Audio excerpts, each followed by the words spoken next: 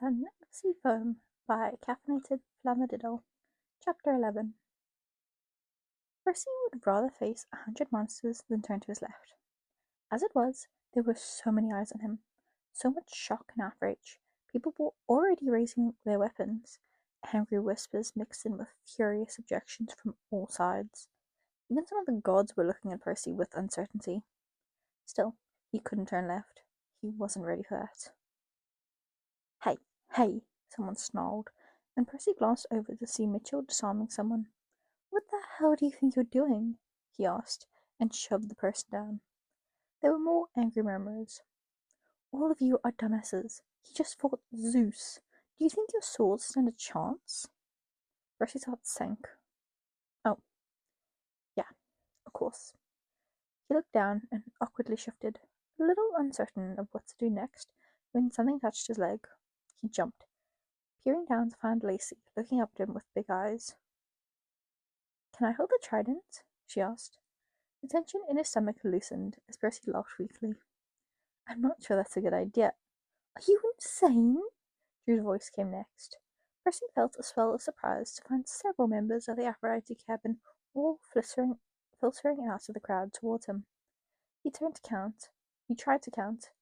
There were maybe 6 of them out of the... Oh gods. How many of them were they now? 21? Drew's yelling silenced thought. "Who does that? How could you be so... Sleema, you let him do this?" she asked and pulled him into a hug. Percy stumbled, almost falling at the suddenness of it. "I think it was awesome," Jamie said stoically and looked at where Zeus was still under the nets. "Are we going to kill him?" "You can't kill gods," Troy informed her, and then looked at Percy hopefully. "Can I hold the trident?" He said no, Lacey reported back sadly. Jamie began loudly protesting that they could figure out a way to murder Zeus as Mitchell made his way up, crossing his arms over his chest. Percy cringed. He remembered Mitchell's comments of Katara as well. The rest of the cabin all fell silent. Selena was walking up, possibly to defend him, when Mitchell took a few more steps forward so he was right in front of Percy's face. "You have a lot of nerve," he said. Percy swallowed. "Do you know how many canoe races we lost against the other cabins? And you didn't even think to cheat?" he asked. Percy blinked. "I told you that I bet 12 drachmas that we could win a race against the Demeter cabin, and you just let me lose my money?" Percy felt a smile spread across his face. "Oh, no, don't look so pleased with yourself. Drew, are you with me on this?" "Yeah, what the hell, Percy?" Drew said, and threw up her hands. "And what was with that intro? You're ditching us for Poseidon?" "Oh," he said, and rubbed the side of his arm. "Well, I mean, he's my dad." "You don't know that man." Percy laughed. He felt a swell of relief as Sam shook their head, placing a hand on him so that any residual fear morphed into a sort of tranquility. He wanted to be annoyed and the emotional intervention, but Sam might have erased that too. Perhaps it was needed, though. It was the confidence that he needed to finally look left. Violet eyes were watching him. They shifted slightly, mirroring his mother's eyes, as Percy turned and took a few steps forward, towards where Aphrodite was waiting. Her expression was completely blank as he knelt, bowing his head. The people surrounding them hushed. Aphrodite said nothing. "I should explain myself," he began, bit his lip as he tried to find the words. I know I've taken advantage of you and your kindness. I hope you can understand why I did it, and I meant what I said. Everything I've done, I wanted to honor you for giving me sanctuary in all of this. I'm sorry that I lied." "And Elliot Parker," he added with a yelp and risked a quick glance up. He couldn't read her expression. He wasn't Poseidon's son. He was a child of forces trying to make Big Three kids look bad. So, please don't hate Poseidon kids. I definitely wouldn't ever hurt anyone in your cabin. Never. I just... He trailed off, growing silent when he felt a hand lightly touch his head. "Rise," Aphrodite told him. Raising himself, he stood up and forced himself to meet her eyes. "Are you hurt?" Percy frowned and then shook his head. Her hand went up to his cheek, brows coming together almost in confusion. You don't seem upset, Percy said cautiously. She raised an eyebrow. Are you not angry I pretended to be your son? Pretended, Aphrodite repeated slowly. Perseus, you are my son. He stared. Had she somehow missed his announcement over there? Maybe she got distracted. Fell asleep? He wasn't sure. It could have been a boring fight. Maybe not in the way I thought, but nevertheless, she said. Percy stared back at her in utter bewilderment. But, Poseidon? He said, and held up the trident. Aphrodite scoffed, then brought up both hands to place on his cheeks. You still want me? He asked, not really daring to believe it. Want you? This isn't an issue of wanting you. You are mine whether I want you or not, she said simply, and lowered her hands. Percy stared at her as if she'd grown a second head. Listen to me, Percy swallowed. There is a mortal saying that we cannot choose our family. Often this is correct. Rarely can we pick our children, she said with a shake of her head. And I did not pick you, even if I claimed you, she said, and clasped her hands together in front of her. However, you did pick me, and for that I'm honored. Oh no, Percy couldn't cry. Suddenly people were still watching him. Whatever, it probably wasn't appropriate to just hug a goddess. Percy had a long day, and he was just so relieved. Aphrodite didn't seem to mind as she chuckled, running a hand over the back of his head as she squeezed back. When he let go, someone cleared their throat. Dad, Percy said, and gave a weak smile. I'm guessing you want this back, he asked, holding out the trident. Poseidon grabbed it, though his eyes were narrowed at Aphrodite. Yes, thank you, my son, he said, and then turned to give Aphrodite the fakest smile he had ever seen on an immortal. And I must thank you for looking after him for all these years, Aphrodite. Even if you did not realize it, I am indebted to you. Oh, Aphrodite chuckled. That is so sweet, she said, and put a hand on Percy's arm. But no. No? No. What? Percy asked, a little out of the loop. He wasn't entirely sure what they were knowing about, but he also got the feeling this argument wouldn't be resolved soon. Do you think you can just take him back? Aphrodite asked. Poseidon rolled his eyes. I raised him. I claimed him. Were you the one dealing with his endless illegal quests? No. Giving him gifts? No. Receiving his prayers? No. My children taught him everything he knows. Don't pretend like you can just stake a claim and leave. You cannot steal my son. He is not your son. Excuse me? Poseidon said and huffed. I did all of those things too, just with discretion. He objected and then scowled. I worried when Hades confided in me about Demeter's obstinance, he grumbled. Percy bit back in amusement at the idea that Hades had called Poseidon to complain about the Nico Bianca Demeter situation. You cannot follow in her footsteps. He is my child. He used my powers to defeat Zeus. He also used mine, Aphrodite shrugged. What's this? She said, and turned to where the other Aphrodite kids were patiently waiting behind them. Hello, my darlings, she called over. Lacey, sweetheart, who is Perseus to you? She asked. Lacey looked over from trying to climb on Jamie's shoulders to stare blankly at them. Perseus? Who's that? She asked and then grimaced. Oh, Percy, she said, and he waved at her. That's my brother, she told him, and then looked at Troy. Why did she call him Perseus? She whispered, as Aphrodite smugly turned back to Poseidon. He scowled for a moment before looking at the crowd. Evelyn, don't you dare try to include me in this, Evelyn's voice answered. Poseidon spluttered as Percy had to look down at the ground to hide a smile. It was kind of flattering. He hadn't anticipated two godly parents wanting him. Whatever else Poseidon might have used as an argument was cut off by a sudden cry from behind them as Nico D'Angelo pushed his way to the front and pointed at Percy. You were serious? He shouted. Percy shook his head at him in exasperation. No, I don't believe it. You aren't Poseidon's son, he said suddenly, as Aphrodite gave a small aha under her breath. It doesn't make sense. You have love magic, he argued. I do? He does? Poseidon asked at the same time. Nico scowled deepened as he stood up on a piece of debris from Zeus and Percy's fight. How many people here think Percy has love magic? He shouted. Rachel raised her hand. So did a solid 13 other people. Apollo slowly lifted his hand before Artemis slapped it back down. See? He shrieked.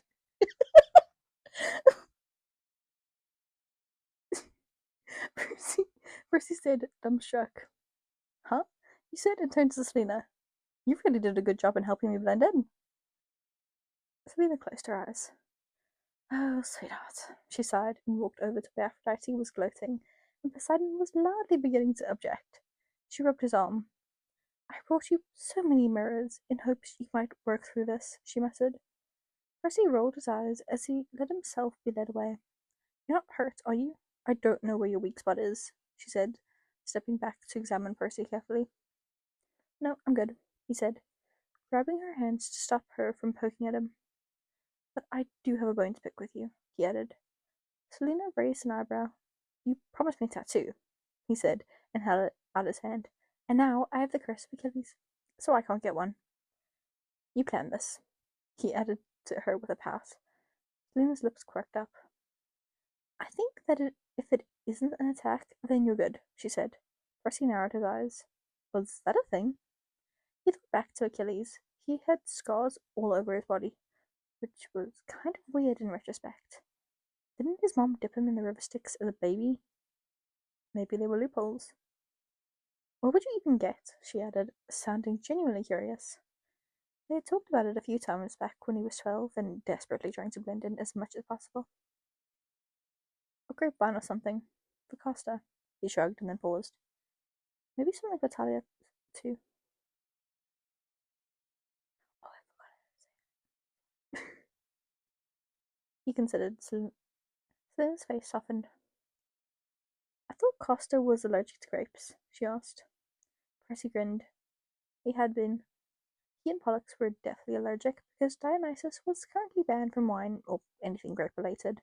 It had led to one particular instance where Percy jokingly said Castor should try one and stick himself with an EpiPen, only for Castor to do exactly that. Somehow, that had been a calmer time in his life. Shush.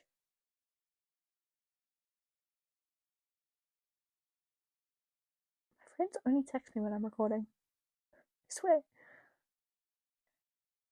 It would be an ode to his heritage and an attempt to annoy him from the afterlife, Percy reasoned. Selena rolled her eyes before hooking their arms together. She looked like she might say something else, but was silenced by a loud gasp as Ares suddenly moved forward. Selena yelped and shoved Percy to the ground with her, sizzling blasting overhead as yells and growls of anger swirled around them. When Percy looked back up, Hermes and Artemis each had a hold on Ares as Athena pointed the master bolt at his throat. This is a disgrace, Ares hissed out, and tried to pull away from the other gods' grips. He is king. Release him, he demanded. Athena narrowed her eyes. He has lost the fight. And you're in charge? Because some snot-nosed brat decided to crown you? He asked loudly. Selena's hands tightened on Percy's arm. I will not accept this. What are the rest of you? Mother? He asked, turning to Hera. Would you truly stand against your own husband for this wretch? Hera's face remained blank. Poseidon, you would go against him? Poseidon also didn't answer. Fools, I will release him myself. Take another step, Athena cut in coolly, and you will join him. Everyone went deadly silent. Unsurprisingly, Ares did the stupid thing and launched forward. There was another burst of light, and Athena had him pinned in seconds, bounding his wrists in bronze ropes. There were some screams from the campers. Chloe stepped forward with an outraged cry. You can't do that. He's the god of war, she shouted, shoving a few kids to the side to step forward before gesturing to the Titan army. Here we are all right next to the enemy, and you want to arrest the one person who can help take down the Titans after you subdued Zeus? She said. Neither of her siblings all gave sharp cries of agreement. Athena hesitated and looked at Ares with thin lips. "You would release our father," she finally said, "and until we know his fate, I cannot allow that. I'm sorry, child." Clarice's face hardened. "You won't disrespect us like that," she said darkly, looking around. "Well, anyone else have something to say?" she asked. Percy grimaced as she shook in her disgust, giving Athena a hard look. "We will not fight with you. Have fun under the Tyson's rule," she said, and turned away, grabbing one of her brother's shoulders to shove him away from the crowd. Selena cursed. "That's not good. Clarice," she called, and gave Percy a quick kiss on the cheek before racing after her. "Clarice!" Percy felt his previous relief zap out of him immediately. Now that Selena was gone, he felt a stab of concern as he turned to find everyone watching. A few people watched with their weapons out, while others backed away, almost scattering when he met their eyes. He took a step forward, and one camper raised her spear defensively. Percy winced. "Fuck off," Evelyn snapped as she passed by and shoved the spear down, then smiled at Percy. "Hey there, champ," she told him, and took Selena's place next to him. "Don't be stupid and wander off alone after all that. They will still try to stab you in the back. You just took down a powerful god. Everyone is afraid of you," she told him bluntly. Percy deflated.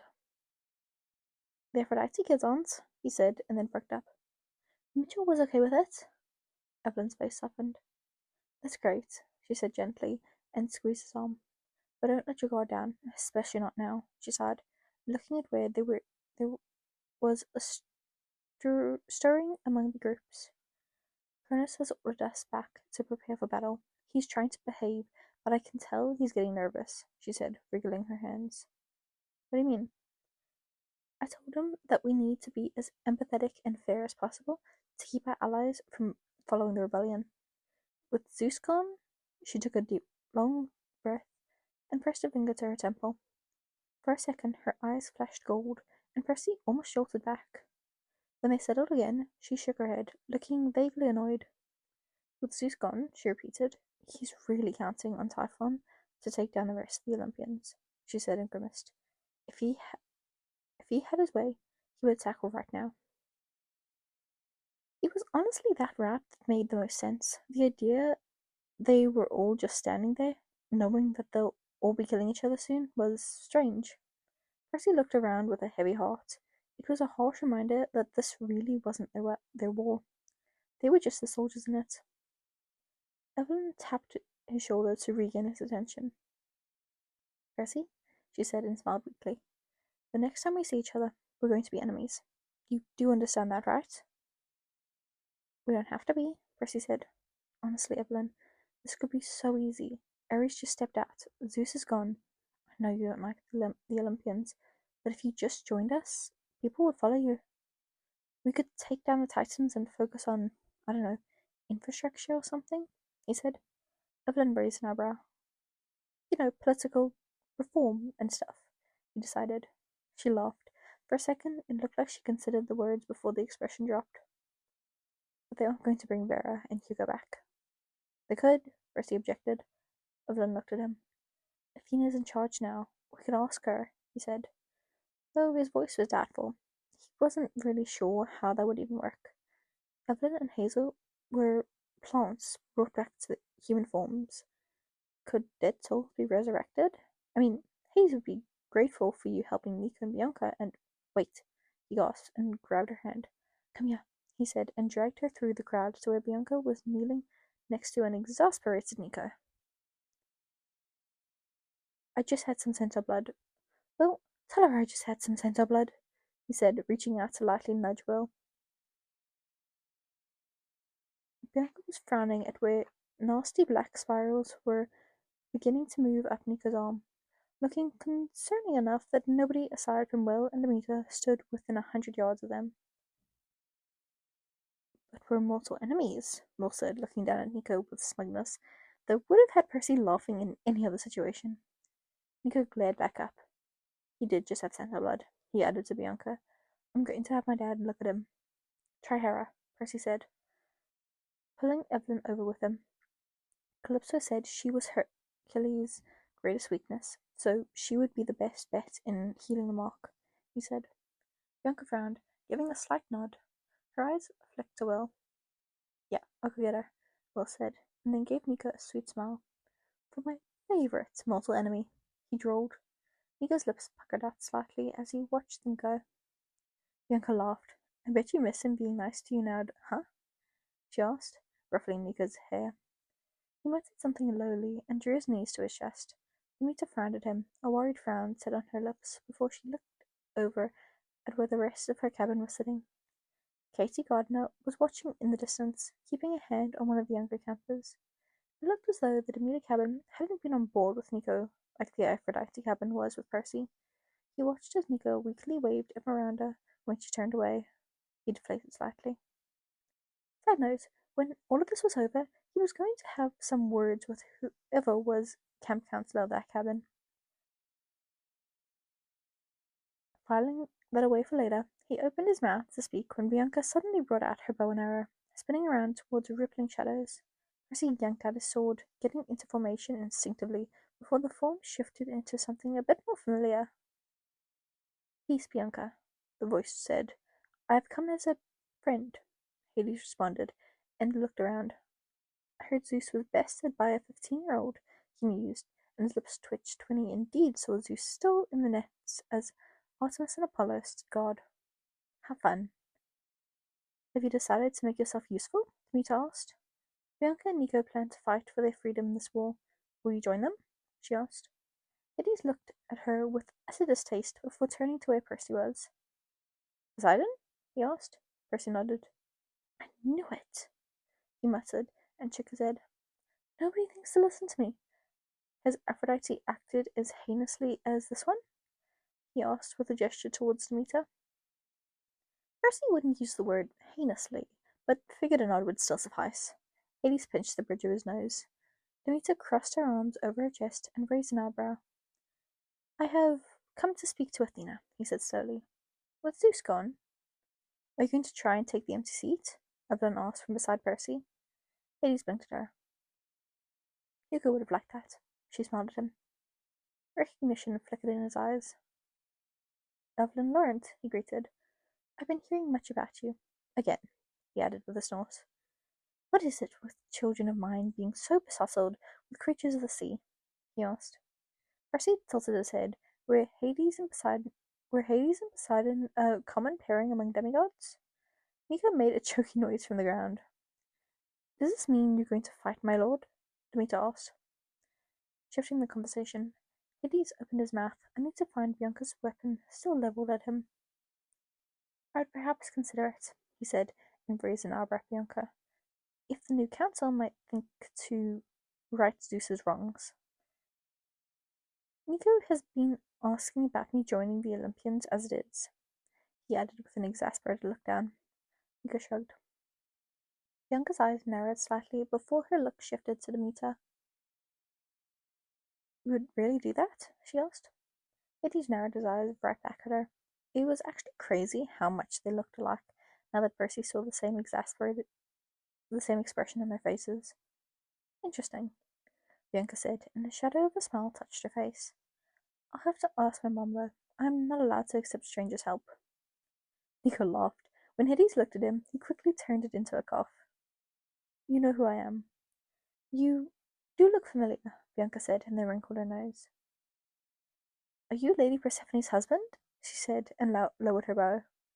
Nico, I think this is our brother-in-law, she said. Demeter beamed at her. Bianca, stop, Nico said, voice apologetic as he looked at Hades. He's an important god, don't be rude, he said. Bianca fixed him with a surprised look. He is our mother's brother. That makes him our uncle. You've ruined my children, Hades said, turning to Demeter. You awful woman. What have you done to my children? You mean my children? Demeter asked innocently. Hades threw up his hands. I'll leave. No, Nico and Bianca said at the same time. Hades scowled at them. I'm sorry, Bianca said. I know you are our father. Thank you for coming, she said. Percy cleared his throat. Is nobody else bothered that brother-in-law, uncle, and father were all technically correct? He asked. The group turned to him. No? Just me? Okay, he said. Evelyn leaned in. I think it's weird. Thank you. Uh-huh. Why am I here again? Oh, right. Percy had initially come to ask Nika and Bianca to appeal on his behalf, but now that Hades was here himself... Hugo and Vera, Percy spoke up, regaining the group's attention. Would you resurrect them? He asked. Hades looked back at him as if he had somehow sprouted 3 more hits. Hugo was your son and wrongfully murdered, he reasoned, and if he came back, Evelyn might join our side, which would probably bring even more demigods over. So we outnumber the Titans, he added. Evelyn made a choky noise. Apparently, she hadn't expected this. Hades' expression went through a couple of different variations of shock before settling on something a little more exasperated.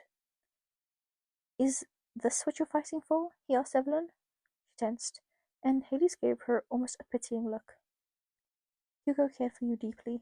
That is the only reason I will not blast you for such an insane suggestion, he said with a shake of his head. Hugo is in Elysium, he said. Do you expect me to pluck my son from paradise to place him in a world he is unfamiliar with to fight a war that is not his simply to appease you? He asked. Evelyn's breath caught. They are all in Elysium? She asked uncertainly. Hades' expression wind-clouded.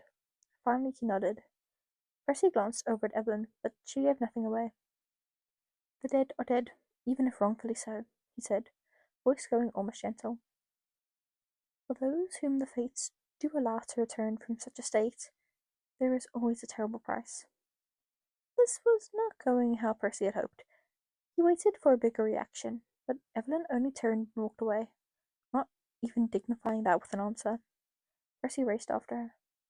Evelyn! I can't do it, she said when he caught up. Let me go back to the Titans. But what? I'm not accepting that, she said, voice raising a few octaves. If I can't bring them back, what? I mean, what have I even been doing? She asked. What was the point of me coming back? She asked. Percy swallowed. Isn't your fatal flaw loyalty? You get it, right? She asked. Percy wasn't traded. Honestly, maybe if they were someplace awful like the Fields of Punishment, but I'm not sure this is loyalty, he told her. Hades has a point. You'd be dragging them into all of this. He's lying, Evelyn said, voice growing louder with each syllable. They aren't in Elysium. The gods wouldn't allow something like that. No. When have they ever shown that kind of mercy? She asked. Percy closed his eyes. I have the right to take back everything they took from me. Do you? Percy interrupted. Evelyn looked at him. There was tension in the air, a sense of betrayal, but Percy couldn't decide who exactly it was coming from. If that's what you truly believe is the right thing to do, if you really have lost all faith in the gods, if you really think Kronos will be kind to all of those under his charge, he trailed off. Evelyn opened her mouth to answer, but a scream cut her off. They turned to find Will rushing over to someone on the ground. Get it off, the campus shrieked. Murmurs began to rise as Hera swept down over to look down at the demigods with curled lips. What was this? He was about to ask when another scream followed, and another, and another. Percy grabbed a camper who had suddenly gasped and looked down. Marks. All of them were covered in red marks. Hercules. Shit. Pollux's voice came from behind Percy as he shoved by. Cal said that Hera could probably heal this, right? He asked. Percy felt a jolt of alarm as he looked down to see a mark had also appeared on his arm. He looked over at Evelyn. None of the Titan demigods had any sign of it. Grabbing Pollux, he narrowed his eyes at her. I guess Cronus decided to play dirty after all, he told her and shoved Pollux away from the increasingly panicked crowd. Gods were trying to keep everyone calm as Percy moved through them all. Hera, he shouted, and pulled Pollux over. This is Hercules' mark. You're his greatest enemy. You can heal this, he said, and pushed Pollux towards him. He was hoping Will had already brought her to Nico. If not, he was next. Hera glanced up from where she was looking over a different demigod. Gods, please let her actually help. Please, please, don't be an asshole. Let me see, she said curtly, and put her hand over the demigod's arm. Her hand glowed. When she pulled it back, the mark was gone. This was good news. The bad news was that the demigod collapsed. Hera pursed her lips. "It appears I can," she said and dusted her hands off. "But it is a big thing to heal. He'll be unconscious for 3 days to fully recover," she said with a nod towards the unconscious demigod. 3 days? Annabeth asked, suddenly appearing next to him. "But we're fighting soon. Apollo?" she asked, turning to him. There was a flash of light, and Apollo knelt down, fingers trailing over the boy's form for a moment before shaking his head. "I could wake him up, but the curse would come back. If Hera's power is really the only thing that can heal it, then it'll need time to work through Hercules' power. This isn't a measly injury or illness I can cure by snapping my fingers," he said, with a hint of regret. Annabeth's fingers twitched to her own arm. Percy felt his stomach twist to see the red dot also forming on her. Calm. He needed to stay calm. Annabeth swallowed. Evelyn had called her forces back, leaving them alone with the Olympians, the campers and rebels. She looked down at her arm and grimaced, then shook her head. "I guess I'm going to fight through it then," she said. I'll find Chiron and get more centaur blood. I don't know how much he can give, but maybe he can call some other centaurs in to help. The potty ponies or... What? Percy spluttered. Annabeth. "I'm going to fight too," Pollux decided. "I'll tell the others what the options are," he said and turned away. Percy grabbed his arm. "Don't be an idiot about this," Pollux sighed. "I know what I'm doing." "You do not," Percy argued. "You and Annabeth are... Wait, Annabeth?" He frowned and turned to where she was standing. "Why aren't you with Luke?" he asked. Annabeth looked at him for a couple minutes.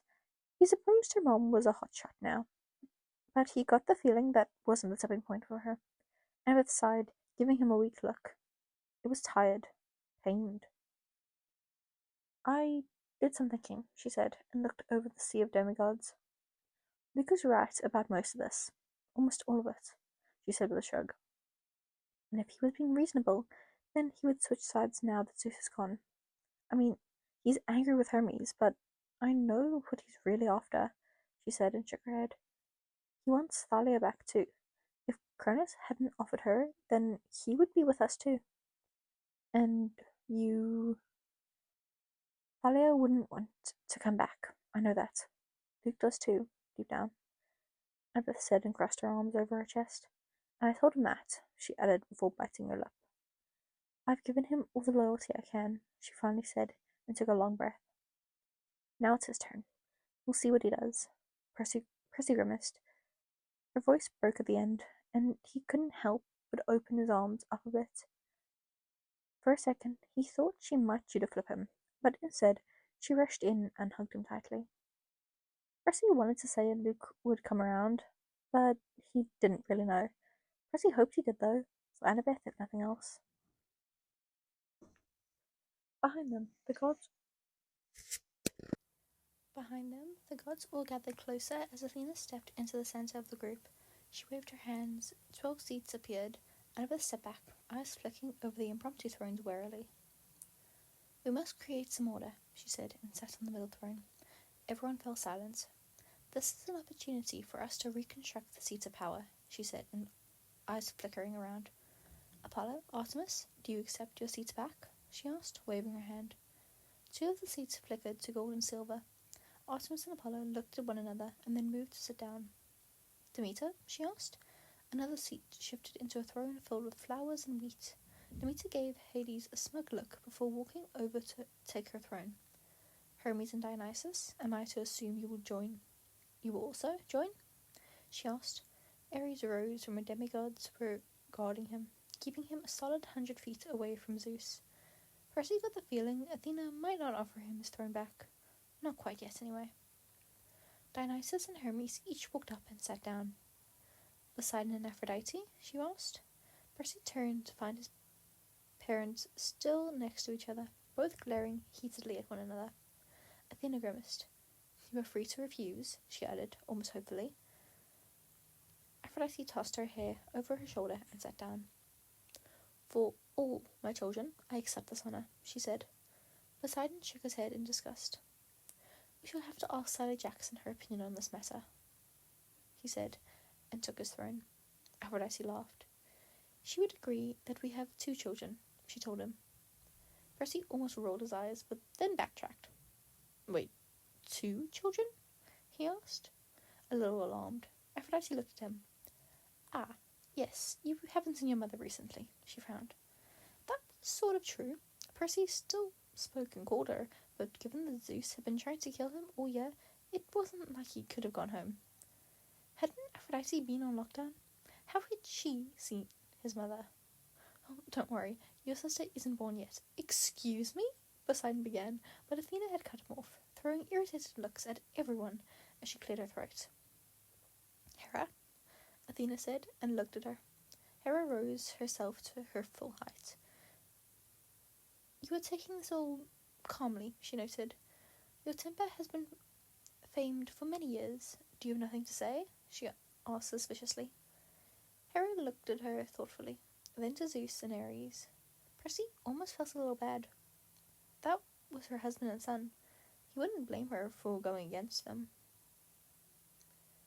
"Keep them alive," she finally said with a nod towards them, "and I will join you. That is all I can offer for now. I cannot promise my loyalty or my support, only that I will wait until the dust has settled to strike." Well, at least she was honest. Athena seemed satisfied by that either way. Her hand flickered and a peacock throne appeared beside her. Some people whispered. It looked as if Athena hadn't demoted her, weirdly enough. Hera also seemed surprised as she took her place next to Athena. "Hephaestus?" she asked. He also stepped up to accept his throne. Finally, everyone turned to where Hades was watching with absolutely no expression. Athena smiled at him. "Hello, Hades," she said, and looked at him. With a flick of her wrist, another throne appeared. "Ares is unavailable to fill his throne at the moment, but I would like to keep the balance." Hades looked at her. "I know you can count, Athena," he finally said. "My presence would do the opposite of keeping the balance." "Who said I was done?" she asked, and one more chair appeared on the opposite side of Hades' offered throne. "On Hestia?" she asked and smiled. Percy followed her gaze to find the girl he had spoken to earlier was indeed in the crowd, tending to some injured parties. "You once held the seat and then gave it up again to keep the peace. I would like to ask you to restore the balance today." A murmur went over. Hades glanced over at where Hestia slowly stood up. "You would have me rejoin the council? I am not a war god, nor can I rule with an iron fist." "You are just and fair. We are not looking for fear and war, but peace and patience. I must be honest. Even amongst the current council, there is not much of that. I think your mind would bring some much-needed balance," she said, and then looked at Hades again. "I think both of you would bring some balance," she added. "But it is your decision. I only ask that you make it now." "They would not dare," Zeus shouted. This seemed to be the push Hades needed. At Zeus's words, he looked him dead in the eyes and sat down. Hestia stepped forward. She hesitated, looking warily at the gods, all sat expectantly. Then, finally, she walked over and placed herself in the empty seat. There was a beat of silence before Bianca started clapping, and soon everyone followed suit.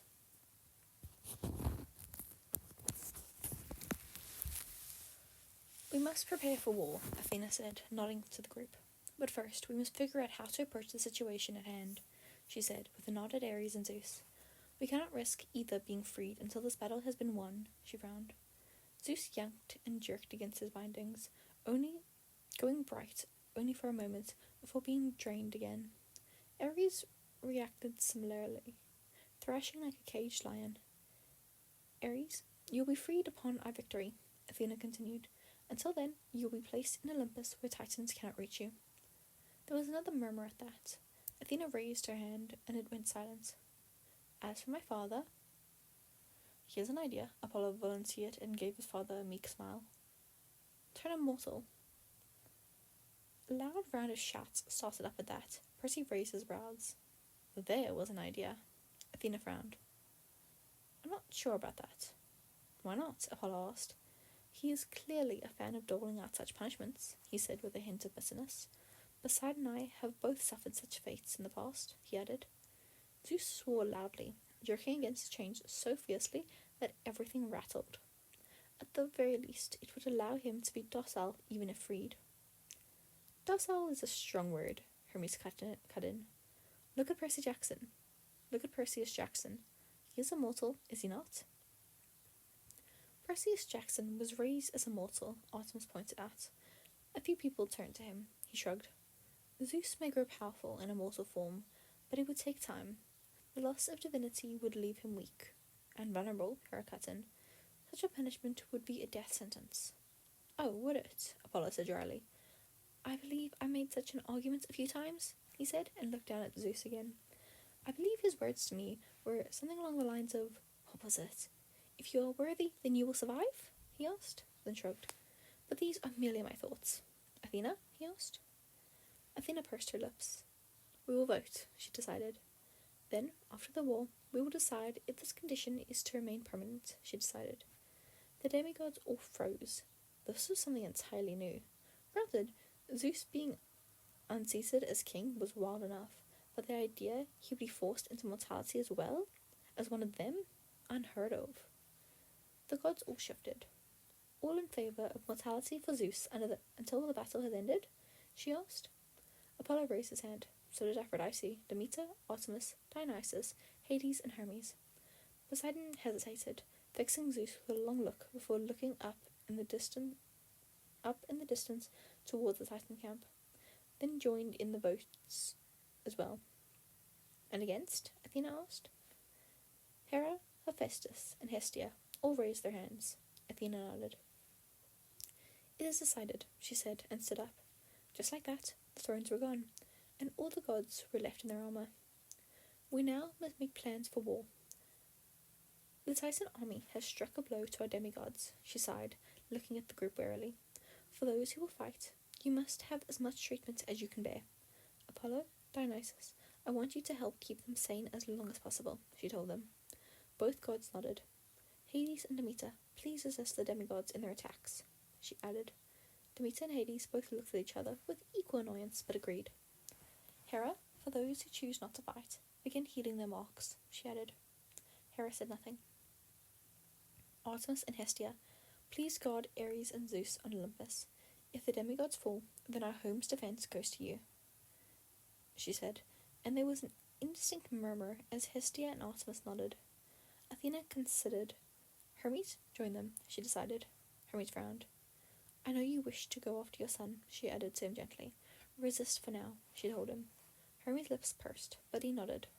Aphrodite, you and Hephaestus will assist Poseidon in the fight against Oceanus. Poseidon frowned. Me? Aphrodite asked. Why? Hephaestus can provide you with the weapons needed, Athena said. We are well armed here, she said, and then smiled as her eyes flicked to Percy. And something tells me that you and Poseidon would be a powerful and underestimated combination. Here, here, someone called, and Percy almost gasped out loud. Finally, someone sees my worth, Rhodes said from where she had appeared on one of the rocks to the side. Percy beamed. Hey there, little brother, she winked at him. Heard you kick Zeus's ass. What are you doing here? Percy asked her, pushing some people out of the way as Rhodes jumped down. She laughed when he hugged her. You've gotten taller, she noted. It was true. The last time Percy had seen her, he had only gone up to her elbow. Now he was a good inch or two bigger than her. And I came to help my parents, she added, and looked over to Poseidon and Aphrodite.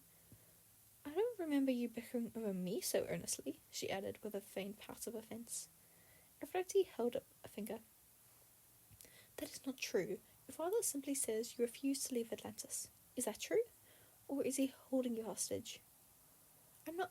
Why would I hold my own daughter hostage? Poseidon asked, voice growing irritated.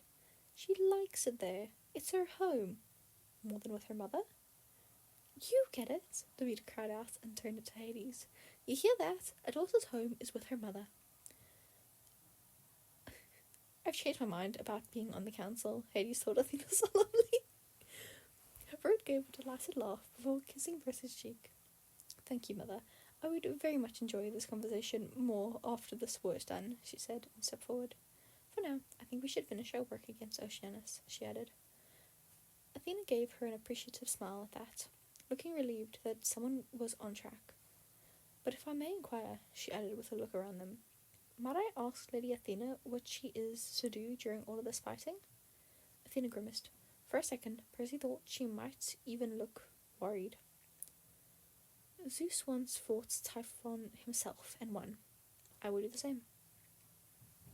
Percy felt his eyes were widen. She wanted to take on Typhon alone? He felt his mouth drop slightly as the other gods all murmured. Athena raised her hand, silencing the unsettled whispers and uncertain cries. Mother? Annabeth frowned, stepping forward.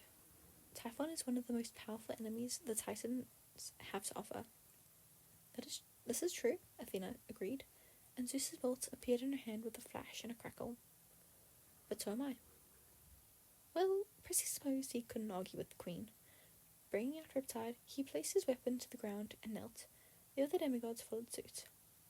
Now was the real test. Percy waited as the Ares campers remained stubbornly standing.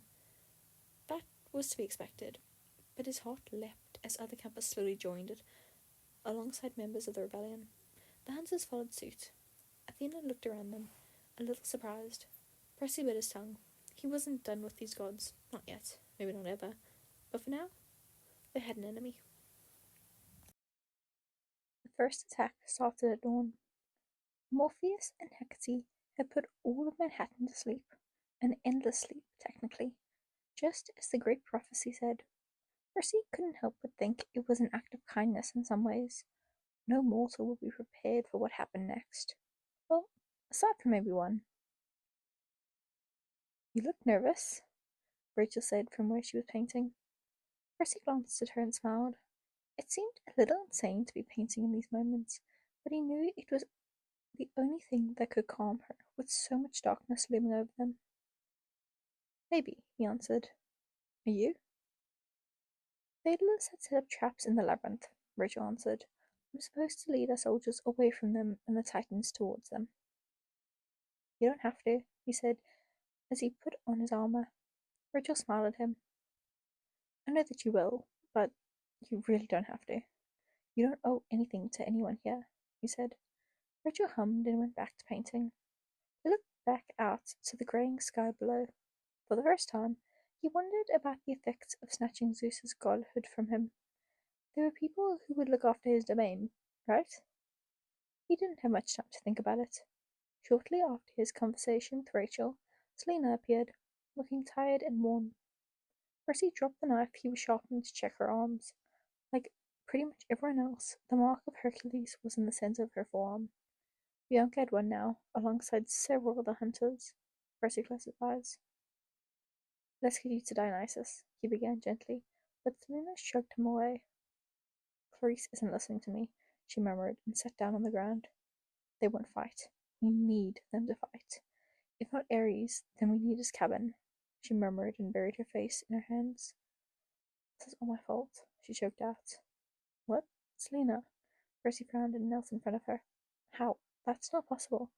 Clarice has always been unreasonable. No, She cut herself off and then swallowed. You know how, we have that stupid rite of passage? She asked. Percy frowned. Yeah, he knew of it. Aphrodite's rite of passage was one of the more messed up parts of their cabin. The idea you had to break someone's heart to be accepted as one of them. Lena abolished it long ago. He wasn't sure how that was relevant now. It isn't always a choice, she muttered. Percy frowned. Part of the reason I got rid of it is so everyone thought it was. What are you talking about? It was to help you blend in, Selena said, and wiped some tears from her eyes. I could never picture you breaking someone's heart, not like the rest of us, she sniffed. Percy frowned. And I knew it would be a relief for Drew because she was worried about falling in love. She would end up doing it to be cruel, she said, and wrung her hands. But it's going to happen to her, maybe differently than the rest of us. Selena, Percy interrupted. She flinched. What are you trying to say? Did you break up with Beckendorf? He asked. She shook her head. Percy didn't understand. What was upsetting her? Selena wouldn't break anyone's heart. She just wasn't capable of it. She couldn't. And what did any of this have to do with? Percy paused, then slowly looked back up towards Olympus. Clarice? He asked. Selina didn't answer. Selina, Percy sighed and grabbed her hand. She glanced up at him. You know you are my sister, right? I mean, I know technically. Well, but I care about you. A lot. You taught me a lot, he said. Selina's eyes watered. Please let me help you. Selina let her head fall back, then glanced at him. It was before Charlie, she said, and shook her head. And well, I just wanted to make sure she was okay, Selina murmured as she wrung her hands together. After all the stuff with the golden fleece, I knew her dad was being a jerk, and I thought I could help her. Selina sighed and shook her head. But Aphrodite kids don't make friends easily, she muttered. Everyone always falls in love with us. It's so lonely, she said. Percy bit his lip. I never meant to hurt her, and maybe if... She swallowed. If what? Percy prompted. Selina closed her eyes. I think I knew, she said with a nod. Charlie would follow me anyway. He loves that type of way. If I joined the Titans or Rebellion, he would follow me. And he has... She shrugs. He will as long as I believe in the cause. I love that about him, she smiled, and then shook her head. But Clarice? No, she laughed bitterly. It would never work that way. She wouldn't be on my side. I wouldn't be on hers, she murmured. And so I ended up breaking her heart. And now she hates me, and I can't convince her to fight, she said with a shrug. Simple as that. Percy looked at her. Do you think that if it weren't for that other stuff, you would be more than... He said slowly. Selina didn't meet his eyes. He supposed it didn't matter now. Hey, he said and shook his head. You're supposed to be smarter than me, he said with a disapproving click of the tongue. Selina snorted and glanced over at him. Oh, this isn't your fault, he said and shook his head at her. And I don't know how you can't see all the good you've done. I'm alive because of you. Bianca and Nico, by extension. Zeus lost because of you. Because of you. No, Percy said with a shake of his head. No, I wouldn't have made it 1 year without you, he said, and with that, he had absolute certainty.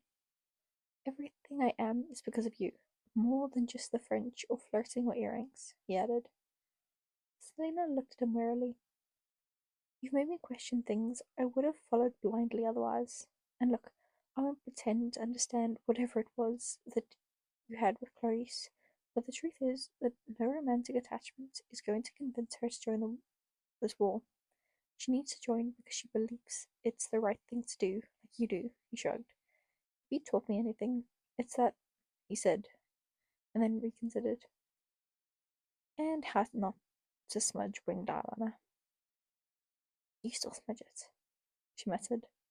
All right, so you taught me one thing. Percy rolled his eyes. I love you to death, and you wouldn't let me get away with mulling over self-pity like this, so I can't either, he said. Selina looked at him, cheek against her knee, and eyes shifting from the colour of oak to something darker and more intense. Finally, she sighed. You're right, she relented, and then shook her head. Though I'm not taking credit for you beating Zeus. If anything, that goes to Castor, she mused. Percy frowned. It was a total Achilles and Patroclus situation, she told him. Oh, right. As a rule, Selina made sure the cabin knew all love stories in Greek mythology, and by gods, there were a lot of them. The Achilles one was one of the more famous ones, though mortals didn't seem to buy it was romantic, weirdly enough. Percy should have asked Achilles' ghost what he thought of it. The story goes that Achilles refused to fight in the Trojan War after one of the kings offended him. However, the Greeks refused to fight without him. With no other choice, Patroclus wore Achilles' armor that tricked the Greeks into following him into battle. It worked, but ultimately Patroclus was killed by the Trojans.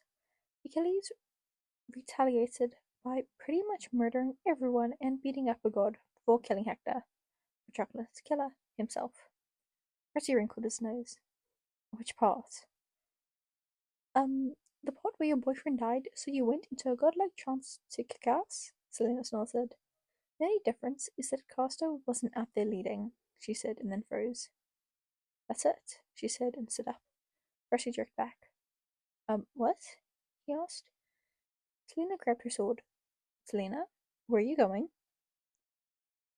I know how to get them to fight. How? Percy asked, and stumbled up after her. Selena, he called as she started running. She paused and then turned around to dash back and hug him. Trust me, she breathed into his ear and then let go. I can do this, she added. What? He had no idea, but he supposed he had no choice but to believe her. He nodded uncertainly. And for the record, I know I was a pain in the ass growing up, she said, and then smiled. I'm so proud of you. Percy went to respond, but she was already on, weaving between demigods, lining up to down centaur blood or fixing up their weapons. Apollo was somewhere healing injuries before taking a few arrows and shooting them at monsters who were off in the distance. Percy grabbed his sword, readying himself to go back into the thick of things, when a yell caught his attention. I'm here, a familiar voice called, and Percy turned to see Pollux kneeling down next to a camper, putting his hands on his arm. His arm froze. What are you doing?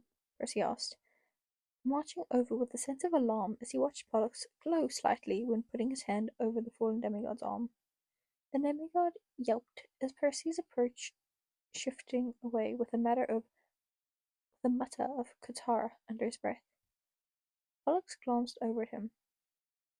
Hey, he greeted. He looked knackered. A thin sheet of sweat glazed his face with dark circles under his eyes, and his hands trembled. Percy felt his skin prick in alarm. Good news. I can. 1 second. He managed and leaned over to catch his breath. Okay. I can heal the marks. Sort of, he said and stumbled. My dad can make it go away for like a few hours, right? Well, I can kind of do that too, he said, and almost collapsed despite already being on his knees. Percy jolted forward to catch him. Except it kind of goes into my arm instead, he admitted, and held it out to where his own arm was blistering with black blood, like boils bubbling under the surface. Pollux, what the hell? Percy whispered. Go to Hera. My mind is fine. I just feel a little. You're gonna kill yourself, Percy said, and yanked him away. Pollux, please, he added in a whisper. Just, please don't be stupid, he managed. He and Pollux weren't always the closest, but he couldn't stand the idea of letting Castor's brother die. He couldn't do it. Pollux grimaced, looking somewhat apologetic as he placed a weak hand on Percy's arm. You think I'm gonna listen to a Katara? He asked. Percy reeled back. Ah, too soon? He asked and shook his head. Don't worry, I'm only moderately pissed, he said, and patted Percy's arm. I'm going to keep trying to heal them, he said gently. I'll be fine. Go fight. But I'll be fine, he promised. Percy tried his best to believe him. We're getting more centaur blood soon. We won't even need me. My dad is already handling some of it. We got this, he added. That at least made him feel a little better. Pollux wasn't alone.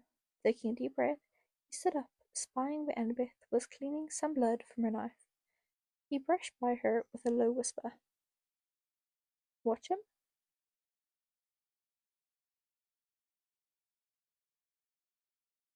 I'll do my best, she said with an equally wary look at Pollux. Be safe, okay? We have a lot to talk about later, she added. Percy gave a weak nod before putting his own knife in its holster and moving towards where the Titan army had finally met their own. The battle continued. Percy was reminded of the battle in Olympus Garden. The chaos, the noise, the battle cries. Only this was somehow both better and worse. There were monsters here. Those were actually fine. Percy sliced through them easily. It was easier than fighting a demigod who wouldn't reform in a few years. The dragons were a bit of a problem, though. Given that only a child of Ares could kill them, well, they were currently Aresless, and it didn't look good. He hoped whatever Selena's plan was worked. Move, Will Solace yelled and practically flung himself to the ground to stop bandaging up a falling hamper. He paused only for a moment to take out a shotgun of all things and shoot a monster in front of him before refocusing on the demigod. Percy looked around for any other monsters before kneeling down to help. Keep her still, this might hurt, he added, and Percy grimaced as he pinned the girl down to the ground. She looked too unconscious to really be putting up a fuss, but Percy was quickly proven wrong when she jerked against his grip, thrashing wildly as Will poured something over her wounds. Percy had been so concerned with holding her down, he almost didn't notice the burning figure beside them. Will, look out, he said, and sent water flying up to shield them when a flash of heat came towards them. Will gasped. Even with Percy's last-minute intervention, some burns managed to scrape his arm. Will cursed under his breath, yanking at his knife as the Titan behind him struck again. Percy readied himself for the attack, but it was paused when a large chunk of rock appeared between them and whoever was attacking.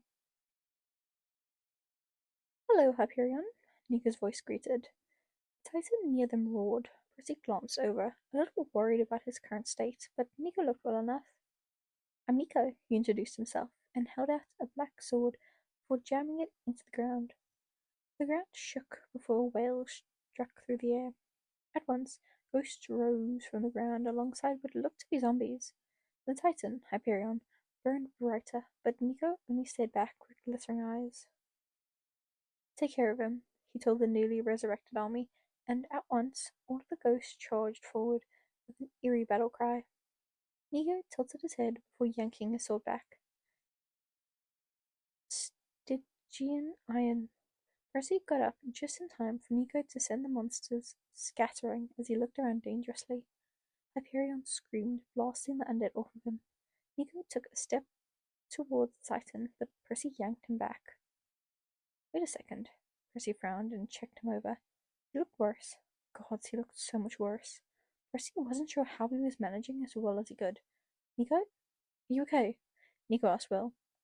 Will looked over at the chaos beside them and nodded. "You're not allowed to get hurt," he added, oddly irritated. Will frowned. "Why not?" "You're the medic, so you have to stay safe. If you're dead, then who's going to heal us?" "Well, maybe you should learn some stuff too." "Maybe I will." "Fine, but you have to come with me to learn." "Okay, but I'm gonna keep everyone else from attacking you." "You better." "Fine." "What?" Percy asked blankly. Nico and Will didn't really seem to be paying him much attention, though. That is until Nico spun around and pointed at Percy's chest. "Stay alive," he warned, with a whole lot of threat for a 12-year-old. "I'm gonna go kill Hyperion first," he added, and Percy quickly grabbed his arm. Nico looked at Percy's hand and then at Percy. "My sword can weaken him," he said with a nod towards the sword. "It sucks the souls of my opponents. If I get a couple nicks into him, I might be able to get rid of him completely," he explained. "I believe you," Percy said. "But you let me take care of him right now." "Is it worth convincing you to go to Hera?" he asked. A yell came from behind them. Percy jumped, looking for Hyperion, but he was still getting rid of the ghosts and skeletons. Instead, it was Katie. Nico stiffened. He turned to her just in time to see her fighting off Miranda. "Miranda?" Nico's eyes widened. "Wait," he managed and spun around to help, but it was too late. Miranda was lashing out with wild eyes. Hercules' mark was bleeding freely down her arm as she slashed at another demigod. Before Percy could stop him, Nico jerked himself away. "Miranda!" he shouted, and Percy tried to keep calm. Nico spent months thinking she was his sister. He couldn't just kill— "No!" Nico shouted right as Miranda spun around with her sword out and leapt at him. Katie slammed her blade into Miranda's chest, effectively cutting her off from reaching Nico. Miranda's body jerked back with a gasp. Her eyes momentarily lost their edge as she coughed out some blood. Katie pulled out her sword with a sob. "I'm sorry," she whispered. "Oh my god, I'm so sorry," she choked out and swallowed. "Miranda, I'm sorry," she repeated breathlessly as Nico stood completely still in shock. "I'm so sorry. Please, oh gods, please forgive me," she kept going. From behind her, an imposter jumped at them. Nico moved within seconds, shoving Katie to the side so he could slice her open. He took a few deep breaths and then forced himself back to where Katie had grabbed Miranda's body, hugging her close with apologies. Will stared, looking shocked. "Nico?" he asked quietly. Percy got up. He didn't want to leave, but Hyperion was going through Nico's impromptu army quickly. He turned to Will. Nico? Will said and stepped. Hey, he said gently. Nico turned to him, eyes looking confused and glazed. Percy tensed. I got him, Will said quietly. Percy hesitated. I'll take him to Dionysus or something, get him a few more hours, he added. Everything around them was so chaotic that Percy kind of wanted to just fall on the ground and try to sort it out. There were too many decisions, too many fights. Go, he finally told Will. Take Kitty too. Will nodded and reached for both. Percy would help them later, somehow. He turned back to where Hyperion was recovering and readied his sword. What happened next was a blur. He couldn't really comprehend anything that happened. He just felt it. The power, the wind, the water, the storm. 1 second he was in front of Hyperion, listening to him talk about Titan superiority, and the next he was in the center of a hurricane. The air was cold, whipping around with rain and winds that picked up debris as he moved forward with it. Hyperion's body weakened in the water, moving down as Grover appeared with his pipes. Music was playing, Percy could barely hear it over the pounding of the storm around him. Arrows flew in, Drew's arrows, he realized. He couldn't see her, but he felt her presence nearby. Somehow, her voice managed to cut through it all to speak to Hyperion. Give up, she commanded. Stop fighting. Hyperion's arms lowered, then jerked up again, then lowered, back and forth, under Drew's command. Percy kept the storm moving as Grover and other sailors played. Soon nymphs joined in, and roots began holding him in place, one after another, until all that was left was a maple tree. Taking a heaving breath, Percy fell to his knees. People were staring. He was getting used to that. We should really kill him after all this, someone said. Percy flipped them off. You good, Percy? Drew's voice called. To that, he gave a thumbs up. Then get a move on. If we need someone to stand there and look pretty, I would have done it. You, he grumbled as Mitchell appeared next to him to tap the newly formed maple tree with the sword. He said and ran a hand through his hair. He could have sworn some demigods from the other side paused to admire him for a few minutes. He resisted the urge to roll his eyes. Not bad, he said, and looked over his shoulder. Valentina? He asked, and Percy turned just in time to see a quick movement before Valentina appeared from nowhere. Can you do some of the perception stuff? He asked her. Valentina rolled her eyes. I can, but it only affects 1 or 2 people at a time. You do need me to, she began, but her voice faltered off. Percy felt a stab of panic. Without thinking, he grabbed her arm to check her mark, but she seemed no worse off than anyone else. It was then that he realized she was looking at the sky. Percy followed her line of sight to see a chariot darting through the sky. Is that the flying chariot Clarice and Michael were fighting over? Valentina asked. Percy wasn't sure what chariot she was referring to, but based on the flag boar's head flying above, it was the Ares cabin. Percy's mouth dropped. How? He asked and shook his head. Only Selena could find a way to convince them to fight with when their own father was captured. Chomspeak, maybe? He didn't have time to really think much on it, with another wave of attacks growing. The Ares cabin was heading towards the Drakon, which was for the best. They needed them gone soon. Percy launched himself back into the thick of things, aiming for any monster within reach. He hadn't seen Cronus yet, which was very concerning, but he tried not to let it psych him out too much. A scream echoed through the air. Percy swung around to locate the problem. A small cluster had formed a few yards away by Central Park. There were shouts of alarm, and Percy caught sight of a familiar head of blonde hair. Annabeth! He yelled and went over to help her, only to see exactly what the problem was. Don't! Annabeth yelled as she blocked another attack. Don't hurt him! He's turned, someone else shouted. We have to put him down. Someone get Dionysus. Pollux. No. Percy slammed his hand into the ground. Unfortunately for him, the Achilles curse didn't give him endless access to his powers. The ground reacted, sending everyone to the ground in a flurry. But Percy found himself a little dizzy as he approached Pollux from the ground. Percy swallowed. Charmspeak isn't working, Drew said, getting up beside him. Apollo and Dionysus are overwhelmed with trying to heal everyone. I don't think we can get to them in time, she said, as Pollux twitched from the ground, rising suddenly with his eyes bulging and Percy took a step back. Percy? I can't, he stuttered out and tried to shake the gut-wrenching reaction. He tried to speak again, but Pollux got up, and it was then that Percy realized he couldn't fight him. Not like this. Not ever, perhaps.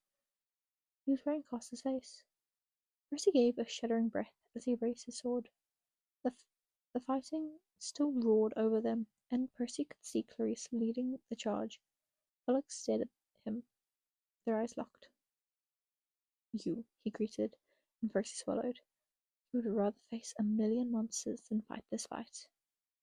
You're next, he breathed out. Pollux, Percy tried, voice shaking. If you could just keep him alive until Dionysus got here. Percy could do that, right? Yeah, totally. Licking his lips, he readied his blade just as Pollux launched at him. He deflected it, working hard to taper down his powers. This has to be only sword work. Percy didn't want to risk injuring him any more than he was. Pollux, please try and listen to me. He started, but was cut off by Pollux launching forward. It was a good thing Percy's skin was pretty much invulnerable. He managed to keep Pollux's attacks at bay, but the rest of the battlefield did not have consideration for their one-on-one. Wayward arrows bounced off of him as well as shrapnel and debris. Pollux wasn't nearly as lucky, but he also didn't seem fazed by the various cuts and rocks lodged into him. A few people tried to join in, but Percy waved them off to keep fighting. Trying to save me? Pollux asked, and Percy tried to think of this as anything other than it was. They were just sparring. Nothing terrible was happening. A little spar, and the loser only had to pay the other 3 drachma. Too bad you didn't have that fancy curse earlier, he snapped out and kicked at him. Percy dodged and fell flat on his back. Gods, why did his voice even have to sound like Castor's? It was torture. Maybe my brother wouldn't have had to save your lying ass, he spit out. He lifted his sword from the ground just in time to block Pollux's sword from coming down on his face. Pollux pushed down harder, and Percy used his bare hand to grab the other end of the blade, throwing him off. Don't. Don't what? Pollux asked, and wiped some blood from his mouth. Hints of black mingled with red. Don't want to hear about him? He asked. Percy rolled it over and raised his sword again. Please, Pollux, don't. Did he know what you were? Pollux asked him. Percy's breath hitched. What did you lie to him to? You weren't thinking straight. Something exploded above them. For Olympus! Clarisse screamed as she charged the Drakon again. Percy's sword froze in the air. That wasn't Clarisse's voice. Percy looked back up at the chariot. From across the battlefield, he could see Valentina and Mitchell pause in their fight to do the same. From somewhere to his right, Drew's voice faltered in her charm speaking. Pollux came back for him again, only this time, Percy hadn't anticipated the attack. He hit the ground hard. It didn't hurt, but it did little to deter Pollux, who stabbed down in a blind hope to hit Percy's weak spot. Percy knocked him off, looking back up at the sky. Fuck, he swore, and picked up Riptide. He needed to get up there somehow. The Drakon roared, spitting poison and swiping at Clarisse's armor. No, he shouted, and Pollux came again to knock him down. Selena, he yelled, and kicked Pollux in the center of his chest. Get off me, he hissed, and then felt himself pause when he saw his face. Past his face. Gods, he couldn't. Pollux turned around, distracted by someone else. Hazel, Percy shouted, spinning around to stop Pollux. Hazel looked around just in time to duck Pollux's attack. Percy raced to them, but a skyscraper shook at the Drakon launching itself over to another building. The debris fell between them as Hazel swung her hand to redirect the rockfall away from a group of demigods underneath. Percy jumped over it, but the movement had left Hazel unguarded. Pollux jumped at her. Percy pushed Hazel back and raised his knife. It happened. It all happened so fast. It happened so fast. He didn't mean to. He'd been aiming for his arm or his leg or something. He just wanted to keep him away from Hazel. She wasn't able to defend herself. She wouldn't be able to hold him off. She couldn't. Percy had to. He didn't have a choice. He tried, okay? He tried. He tried. You couldn't. He tried. God, he tried. He tried. He tried. He tried. He tried. Sorry, he whispered as he pulled the knife back. Alex stumbled back, placing a hand over his chest where blood was pooling. Percy dropped the knife, not knowing what else to do. He walked over to him with shaking hands. Hazel was breathing behind him, scooping up her weapons to defend them from other attackers. Alex, he said, and Percy fell to his knees next to him. Pollux coughed, spitting blood on the ground. Hey, Pollux coughed, and Percy wasn't sure if it was better or worse that sanity came back into his eyes. So, you might have been right, he breathed out. Definitely not fine, he decided, and choked a little on the blood pooling in his mouth. Percy pressed his hand on the wound. Apollo! Don't do that, Pollux whispered and put a hand over Percy's. If he heals me, I could just go a little crazy again, he murmured, and then spit out more blood. And he murmured, I'm gonna see Cass, he slurred out. Percy bit his lip to keep away tears from rising. Any messages to pass to the beyond? He asked. Percy couldn't respond. Pollux laughed. I'll tell him you love him, he said. It stung because it was true, but Percy had never said the words to his face. Only once, to an empty room, after Castor had left. Still, it was true. Percy only regretted that the words would first be heard through a message from his dead brother. I'm sorry, Percy said, but what must have been the 100th time today. Pollux blinked a few times. Pollux? Thank you. Percy closed his eyes. The fates decided those torturous words would be his last. When he opened his eyes again, Pollux had gone completely still. Shaking, Percy stood back up to look over the battlefield. Hades and Demeter were on the front line, drawing the entire Titan army back, while the demigods continued to take care of the monsters. The Drakon was still ravaging the buildings as two figures were knocked down by the base of the Empire State Building. Percy looked over at where Hazel had silently been waiting. She didn't say anything. There was nothing she could say. He was grateful she understood that. I can only take care of the body, she told him. Percy looked around. There were dozens of bodies on the ground. Some he knew, some he didn't. One of him wondered how worth it this curse of Achilles even was. It suddenly seemed cruel that he was forced to survive amid all this death and pain. He nodded, and Hazel placed her hand on his elbow. We are together, she said simply. Percy nodded. That was that at least. Blindly, he walked over to where Apollo and Dionysus were. Both looked absolutely exhausted. Lines of kids were laid out, marks disappearing despite the fact he couldn't spy Hera. Dionysus was wordlessly working like a machine as he placed his hand and over marks to fade them for endless kids who were gathered around. He didn't even notice Percy's approach. Good. He couldn't face him right now. By the looks of things, he had no idea Pollux was gone. Percy turned to Apollo instead. He was covered in blood and ichor. Bright light shone from his hands as he worked, pausing to send an arrow into the air before going back to work. Move, move, someone shouted, and Percy turned to see Beckendorf approaching with Clarice's armor in hand. Just as he suspected, it wasn't Clarice in the armor. Lena, he breathed out, and Selena groaned. The real Clarice had appeared on her other side, practically shoving another injured kid away from Apollo, with barked orders to go find Will instead. Apollo froze when he saw them. Is this Drakon venom? He asked, and Percy shook his head. No, absolutely not. She wasn't dying. He ran over, dropping Riptide. Can you save her? Beckendorf asked, distraught. I don't know, Apollo admitted. The venom. I can get the venom out, Percy said, thinking back to Evelyn hanging basilisk venom over Janice. If I do that, then you can heal her? Apollo opened his mouth, but Percy didn't give him a chance to answer. There wasn't a choice in this. He would heal her. He had to. If not, Percy wasn't sure he could keep his sanity, mark or not. Taking a deep breath, he put his hands over Selena's body and tried to ignore how her breathing was uneven. "Selena," he whispered and closed his eyes. "Please, please, please," he said and clenched his fists. You could feel the venom swirling around in her blood like leaves you couldn't quite cup your hands around in a lake. Holding venom up was one thing, drawing it out was another. Apollo made a slight noise of alarm.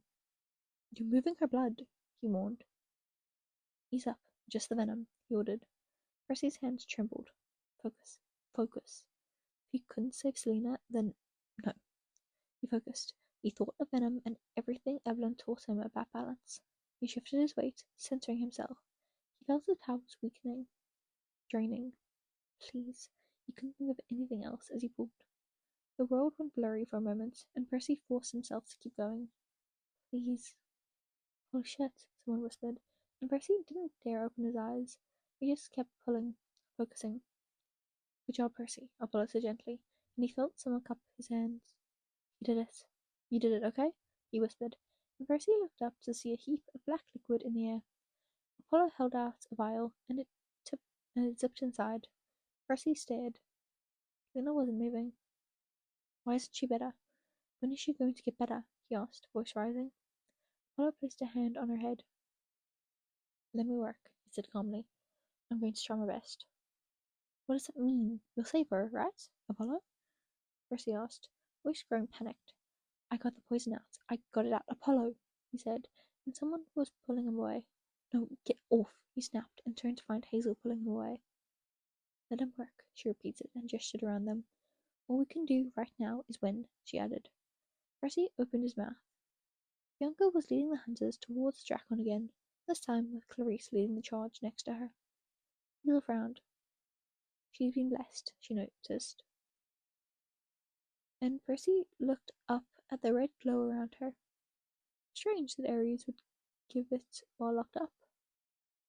"It is his daughter," Percy said, voice weak. It appeared even Ares had somewhat of a heart for his children. He turned. The grief was heavy, and he couldn't fully comprehend it. The chaos still surrounded them, but it somehow seemed still, despite it all. In the distance, he saw Rachel leading more people in and out of the labyrinth. He wasn't sure what he was feeling exactly. Everything? Nothing? Perhaps the pain had all collapsed on him to the point where his brain couldn't process anymore. Slowly, he got up and moved forward, ignoring Hazel's call behind him. He grabbed Rachel's arm. "Take me to Evelyn." Rachel frowned at him. She was bleeding, covered in monster dust, with her eyes wide and scared. Normally, Percy would try to comfort her, but nothing felt normal. Looking around the battlefield, she swallowed and gave a terse nod. She grabbed his arm, tugging him into the maze as they twisted dark and dingy corners, moving through various ornate rooms to blank, empty spaces. There were pieces of the battle inside as well. Bombs going off so that debris flew everywhere and shook the walls, demigods bleeding out on the ground. Rachel led him through another arch, and Percy found himself back in Hephaestus' forge. The heat momentarily jolted Percy as he looked around. The place looked trashed, everything that had once been completely destroyed in the explosion. He had known the blast he had created last year caused Typhon to escape, but he hadn't seen the consequences of it.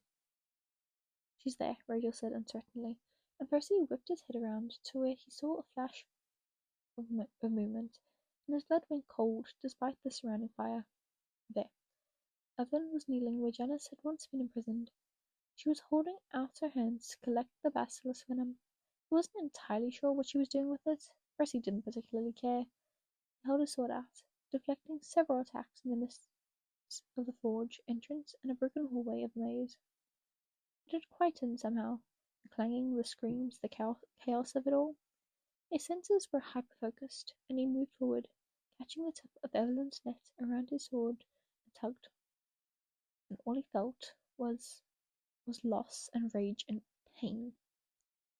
"Percy?" she frowned, faltering as she turned to twist out of it. Percy yanked down, sending her stumbling so he could stab at her. Evelyn jerked back, spilling some of the poison. His sword hit her skin, but it did nothing to her. He hit it again. Hey, Percy, she said, voice growing more panicked. Shit, I don't see the mark, she began, and Percy gave a sharp cry of frustration as he kicked out at her. I don't have the damn mark, he managed through gritted teeth. He hit again, but she blocked. Pollux is dead. Selena is dying, he said and struck again, and again, and again, and again, over and over until he was sure she would have shattered if made of stone.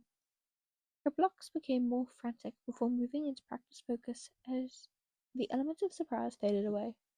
She, she was poisoned, leaving the Ares cabin, he managed. Evelyn dove away as he struck again. This is your fault, he shouted at her. We wouldn't have needed Ares if you hadn't chosen Kronos, he screamed at her. In the back of his mind, he knew that wasn't entirely true. An Ares child was needed to defeat the Drakon either way, but maybe if Selena had backup, maybe they could have. No, Evelyn said, and Percy lifted his hand. He wasn't sure he had ever been so angry in his entire life. The poison around them rose. Evelyn stiffened. Percy, please. You need them back so bad, he yelled, and didn't bother to try and stop the tears as he tried to slam his sword again. The poison around them shuddered but stayed in the air. You need Hugo and Vera and all of them back. But what about me? He asked her. Evelyn opened her mouth, but he didn't give her a chance to answer. I am losing everyone for your family, he screamed at her. The ground shook. Most of the demigods around them fell, but he and Evelyn both stood strong. Listen to me, she said, and Percy sent the poison hurtling towards her. He had no idea if it would hurt her with the curse, but he also wasn't sure if he cared. Evelyn lifted her hand, and the poison exploded, like a water balloon slamming against a glass door. Percy swiped it away and moved forward to attack again. You've gotten it all wrong. You made me into you, Percy said, pausing his attack to glower at her. Evelyn shook her head, though there were tears in her eyes too. Don't deny it. Castor and Hugo are both gone. Thalia and Vera dead. And here we are, turning against the gods and bearing the curse of Achilles, he said, voice trembling. You made me into you, he whispered, and yanked up the poison to launch it at her again. She rolled to the side, using her poles to deflect some, but in doing so, it hit one of the fires. Black mist burned around them. Are you going to keep talking? Aren't you? Who is next? Who is the next sacrifice for you to bring them back? Bianca? Annabeth? He asked her. Nico? Evelyn breathed heavily. A few demigods who were around them coughed, falling to the ground as they tried to breathe with the poison in the air.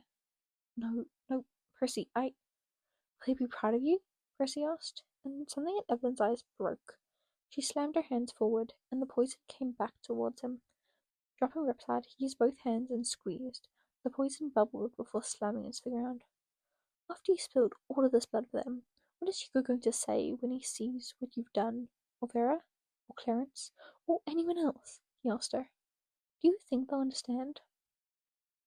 Evelyn shook her head and slammed her pole at him.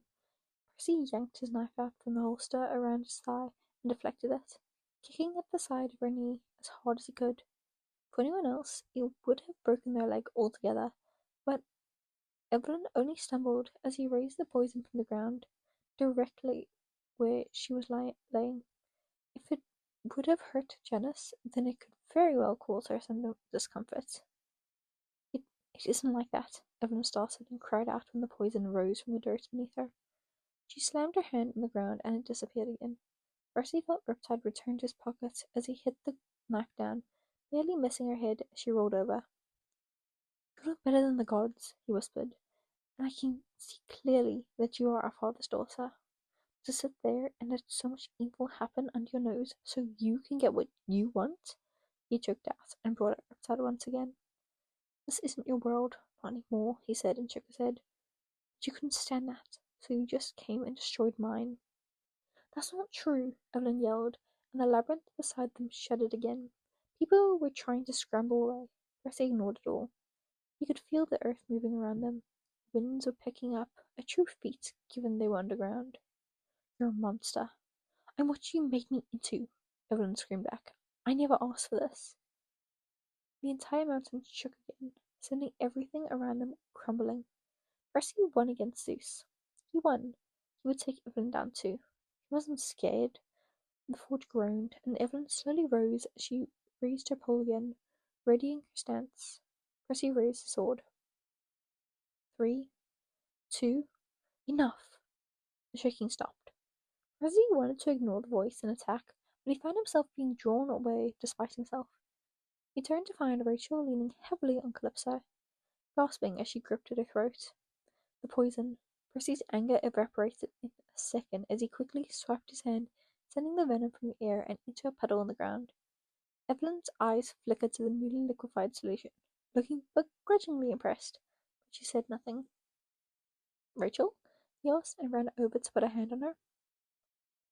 He could feel some of it in her lungs still. Focusing his energy on her, he drew it out. I'm so sorry, he said, shaking his head.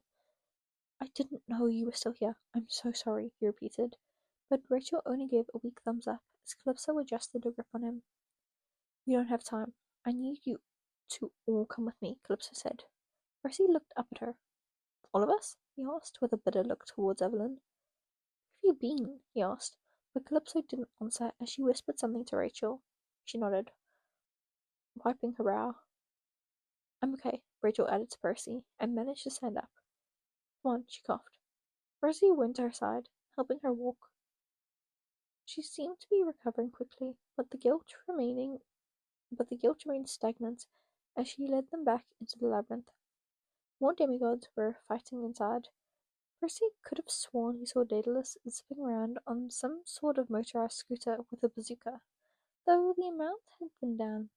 Rachel bobbed and weaved, bringing them through a series of rooms and doors until they were in some sort of cave. I need you to trust me, Calypso said. Nobody had spoken throughout the entire time they had been through the maze. It was a little awkward to make conversation, given Evelyn and Percy's most recent attempts to murder each other, but Calypso's silence seemed more thoughtful. Percy quickly realized why, as they exited the cave to find themselves on top of a mountain. Atlas's mountain. No, he said, and Calypso pushed her hair back. What are you planning? He can turn the tide, Calypso told him. Zeus and Ares aren't fighting. You need him. He was Cronus' general. He won't choose our side, Percy hissed, and Calypso brought out a vial. What is that? I spoke with Zoe in the underworld. She knew our father well. He is powerful, yes, but not immune to curses, she explained. Percy stared. I can curse him. Bind him to the Olympians. I just need him to drink this, she explained, holding up the silvery liquid inside. Percy pursed his lips. Convenient. I am powerful, Percy. I'm not only a daughter of Atlas, but of Thetis. For any other being, I wouldn't even need a potion, she said wistfully, and glanced at where Atlas was groaning under the weight of the sky. But for him, I've added my own blood to it. A tie. Zoe said it would work better that way, she mused. He just needs to drink it. How can we make him do that? Don't speak, she asked him, and gestured to the spring beside him. Percy frowned. That hadn't been there last time, had it? Between you and me, we could do it. She really should have used Drew. Percy figured maybe. But wait. No. Who would hold up the sky? Evelyn asked quietly. Calypso wrung her hands. That's why I brought you, she said to Evelyn and looked around. He should be here soon. I summoned him, she murmured. Evelyn and Percy both opened their mouths to probably ask the same question, but Calypso had already continued. I also spoke to Megara in the underworld. She helped me. Megara. Percy felt his eyes widen. At that moment there was a burst of lightning, and a form rose from the dust. Hercules. Ah, Percy said and glanced at Evelyn. She had stiffened. Her hands went back to her net and pole before looking at Calypso. You want him to hold up the sky? She asked quietly. Calypso nodded. It was a fair enough fit, honestly. God of strength and all. Evelyn's jaw clenched. It isn't enough. She muttered and took a long breath before her eyes flicked to Percy and Rachel. That'll do it, she muttered and stepped forward. Percy felt his weariness rise. Should he be helping? Before he could ask, Calypso grabbed his arm and dragged him towards the spring. You know I'm a child of Poseidon? He asked her as she practically shoved him into the water. Nico mentioned it. Nico didn't believe me. Yeah, well, I didn't either at first. You make a good child of Aphrodite, Percy Jackson, she said and glanced over her shoulder. Rachel was safely tucked away by the labyrinth entrance as Evelyn and Hercules approached one another. Do I know you? Hercules called, looking around. Are you the one who summoned me? Yikes. You don't know who I am? Evelyn asked wryly. Hercules gave an apologetic smile. My name is Evelyn Laurent, she told him. Hercules tilted his head. Daughter of Poseidon? She tried. He frowned. You turned me insane in the 1940s, and the gods turned me into a plant. Hercules gasped, looking downright delighted by the revelation. The fairest pet, he said, and Evelyn's breath hitched. Ah, yes, I remember you. Part of the special punishment for my father, he mused. Now it was Evelyn's turn to look confused as she tilted her head. Her weapons were still held out, though Percy could tell the comment was holding her back from striking. I knew Vera was most likely to survive the longest, he chuckled. My little sister was a good soldier like that, so I decided to spare her my mark. How was that a punishment? Evelyn asked. Hercules' eyes glistened. Because it gave him hope that she was strong enough to survive. I figured she would kill most of the others with the mark, though.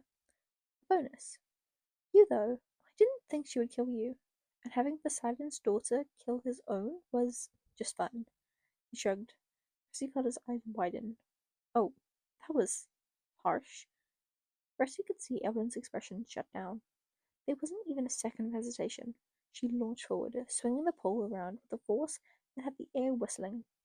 Hercules lifted his club to stop it. Wait, I thought we were on the same side, weren't we? He asked, as she spun the pole back and struck again. This time she managed to hook it behind his legs, pulling her weight behind it, putting her full weight behind it, so they both went tumbling to the ground. Hercules rolled, and she stabbed at the sharpened end of the stick, nicking the sides of his face, so Ica came down. Why? She asked him, and struck again. He blocked every hit, loud clangs of thunder sounding every time the weapons met. Evelyn ducked a blow, jabbing upwards, so the pole went across his chest and under his arm. She stepped forward and grabbed the top in a fluid movement to pull it. There was a pop as they both went down again, but Percy was at least sure she had dislocated his arm, if such an injury existed for a god. You're angry at the gods, so you took it out on us, huh? She growled and kicked at his throat. He caught her foot and easily threw her into a tree. It sent both her and the tree a good 3 yards away. Percy, Calypso said and jerked her head to Atlas. Start Charm speaking. He still has the sky. Do it. For fun. He muttered and then followed as he lifted the water, frowned as he lifted the water. Suddenly he had a different idea. Raising the water, he summoned it over to Atlas, forming a small screen in front of him. Atlas's eyes bulged slightly as he hissed at the sudden appearance, but Percy sent the water swirling. Calypso whipped around him. He knows about my charm speak, Percy told her quietly, and he probably isn't attracted to me. It would make my charm speak weaker. This is a better alternative, he murmured. Evelyn and Hercules were still fighting behind them. They were moving so fast that they looked like a blur. Hercules grabbed Evelyn's hair, holding her for a moment as she jumped up to wrap her legs around his torso and jammed the pole into her stomach. He retaliated by slamming her to the ground. Percy winced a little in sympathy before turning back to the task at hand. Look, Percy instructed Atlas, and steadied the water in front of him. Let me guess, your greatest desire is being free? He asked, and the images around them began to form. Pretty close. Titan takeover. Equally predictable, he murmured, and wiggled his fingers.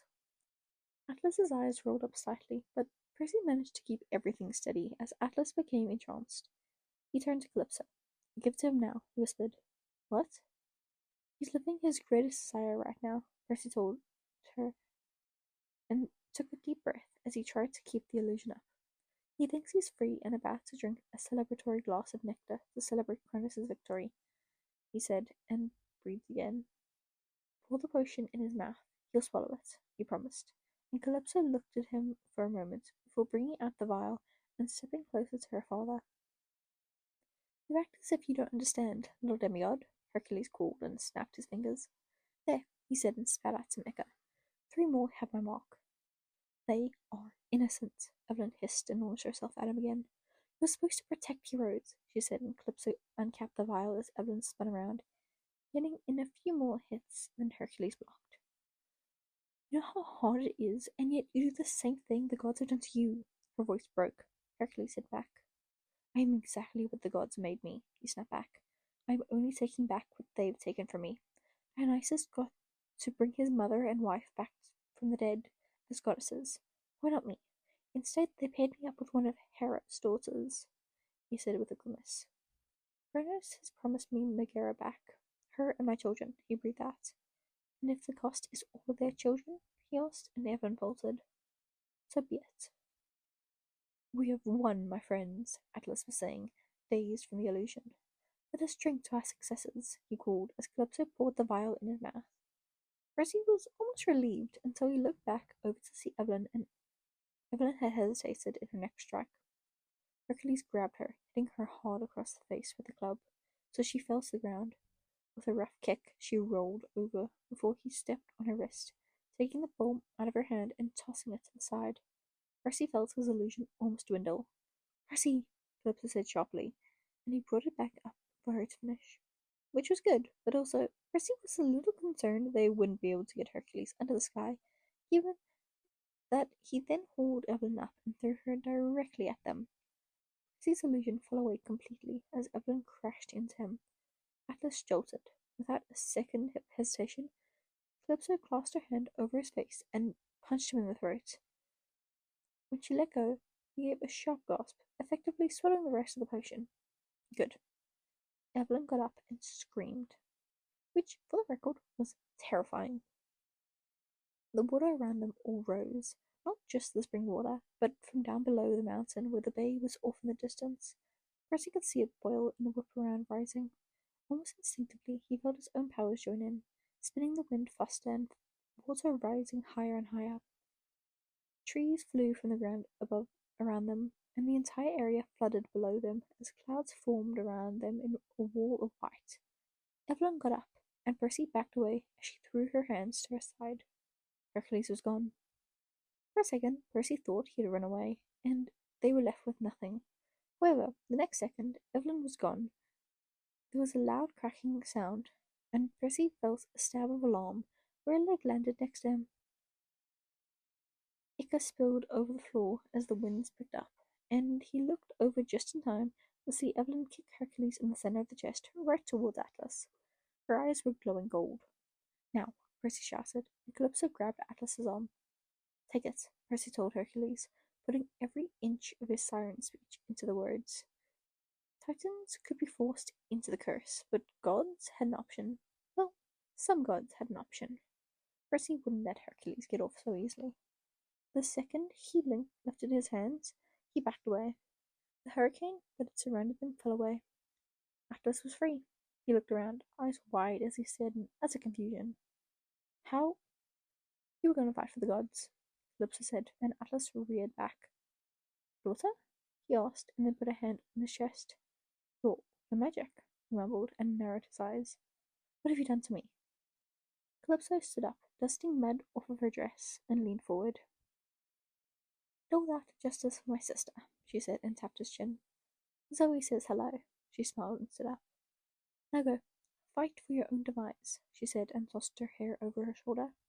"Perhaps if you are lucky, then you may be granted leniency with the new Olympians." She smiled at him, then looked at Hercules.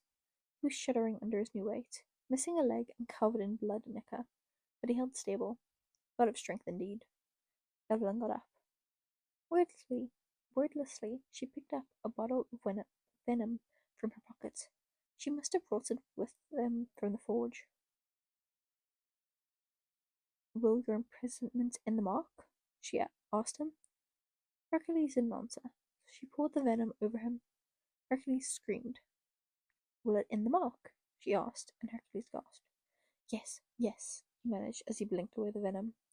"I cannot curse anyone like this," he breathed out. Evelyn hummed, then poured the rest of it over him. Hercules screamed, shuddering the mountain. Then, wordlessly, Evelyn fell to her knees. Percy stood there, a little uncertain what to do. Go back to the fight, he finally said to Calypso, then looked at Rachel. Take her with you. You okay? He called to her. He was pretty sure the labyrinth protected her, but wanted to be sure. Rachel gave a faint nod. Good. Go. Maybe take Rachel home. She's done enough, he added lowly. Calypso nodded. Thank you, he added. Calypso gave a weak smile before taking Atlas and leading him inside. Percy turned to where Evelyn was still staring blankly at Hercules. Are you okay? He asked her. She didn't answer. I'm sorry. About before, he said awkwardly. It isn't. It is, she said faintly. Percy said, I'm the same as him, aren't I? She murmured. Percy couldn't tell if it was to him or herself. He knelt next to her. Did you hear him? We're the same, she mumbled, and buried her face in her hands. What have I done? She whispered. They would all be so ashamed of me, she said. Percy put a hand on her shoulder. Listen. Give me your knife, Evelyn interrupted quietly. Percy jumped as she put a hand on his arm. Give it to me, she said. Percy wasn't sure how to react. Was this a trick? Joke? A game? He frowned at her before yanking it from his holster and handing it over. Evelyn slipped off the vambrace that covered her left arm. What are you doing? You're right, Evelyn told him, and ran her thumb over the spot where the mark of Hercules was. Except there was nothing now. There was nothing there now. Was she checking to see if it came back? Hercules was trapped under the sky now. He couldn't hurt them anymore. This isn't my time. This isn't my home, my family, or my world. Not anymore, she said, and shook her head. Our time has passed. Evelyn, I was angry and... No, she interrupted. This is your home, your friends, your family. And I should have followed your lead on how to live in it, she smiled weakly. Percy looked at where her hand tightened around the knife. Percy felt his anxiety rise. Just promise me something, okay? She asked, and licked her lips before bringing out a blue thread to hand to him. Ariadne's thread. Don't let them get away with it, she said, and reached over with her free hand to grab his arm. Hold them accountable. Percy didn't like this. What are you doing? Promise me, he said and squeezed tighter. Percy reached for the knife, but she held her back. They were wrong. Gods can be wrong. Don't let them get away with it, she said, and Percy felt his breath catch as she released him. Evelyn, wait, he said, and jerked to stop her. But she had already jammed the knife down into the center of her forearm. Blood spurted out, flowing down her arm to her wrist as she gasped, falling forward. He caught her. That should weaken Cronus a bit, she laughed, and for a second her eyes flickered between gold and green. She coughed as Percy steadied her. He'll find someone else, though. He'll burn through every demigod until he convinces someone else to go into the river Styx, she murmured and blinked rapidly. So, you have to hurry, she murmured. Percy swallowed. Promise you won't let them do it again? She asked, as he kept her from face-planting. We're not monsters. Not all of us, she said. Percy gave a shaky nod. He was partly in shock, but with all the death he had seen today, he wasn't sure he could feel any more. I promise, he managed, and squeezed her. You're going to the Lyceum, okay? I'm going to make sure you get there. You'll see Hugo and Bear again, he promised. Evelyn gave a choked sort of laugh. They're going to be so pissed, she muttered, and then leaned against him. Hope Julia and James are there too, she murmured, and then sighed. And Clarence. And Sarah. They're all waiting, he promised, and pushed her hair back. It's okay. Thank you, he told her. Evelyn hummed. You still have a chance, she told him, and squeezed his hands weakly. I'm sorry. Her body went completely limp. This time, Percy didn't need Bianca to tell him that else was dead. What? A voice said, and Percy turned to find a girl behind him, draped in purple. She had a spear in her hand and dark hair in a braid that was blowing to the side. She stared at Percy and the Hercules before raising her weapon. What is this? She asked, and looked between them. What are you? Where? Percy began, voice breaking slightly, as he looked at Evelyn's body, limp and gone. We're demigods, fighting for the gods. Who are you? I'm a demigod, the girl said slowly. My name is Rena, she said and tilted her head. Have we met? She asked uncertainly. Percy frowned at her. Are you one of the unclaimed children? He asked her. Rena shook her head. My mother is Bellona. Who? Percy frowned, and there was a shout in the distance. Who's that? He asked her. Rena stared at him. He had never seen someone look both so confused and weary at once. My army, Rena said, and looked over at Hercules. Why is he holding up the sky? Where is Atlas? She asked. Percy grabbed the thread Evelyn had given him and swallowed. Part of him wanted to stay and investigate this, but Evelyn said Cronus would only be at his weakest for a bit longer. He's the one who's been harming Big Three kids, Percy said, and heaved Evelyn's body up. Atlas is on our side, for now, he added, hoping Calypso's magic would stay strong enough to hold that loyalty. We need to go into the labyrinth now, he added. Rena frowned. The labyrinth? She began, but her voice fell away when she saw the opening Percy was heading towards. Wait, who are you? How do you know about? She began, but the rocks began to close off behind him. Shouts followed him, but he was already moving through the maze. He kind of preferred Rachel to this glowing thread, but may do. By the time he exited once again, New York was already completely in shambles. Gods were fighting in tandem with Atlas and Calypso, as titans and demigods either retreated or tried to fight back with varying degrees of success. Percy felt a stomach twist when he saw familiar faces of demigods sprawled lifelessly on the ground. His breath hitched, beckoned off. His hands tightened around Evelyn's body as he tried not to let himself react too much. What a shame, a voice said. Percy took a slow breath. She was so close. Percy turned. Cronus was standing behind him with his scythe out. His eyes glittered in the light of the surrounding desecration. Close to what? Just seeing them again, Cronus said conversationally, and tilted his hand at Evelyn's slumped form. Percy gently sat her down, standing in front of the body to keep Cronus from looking at her.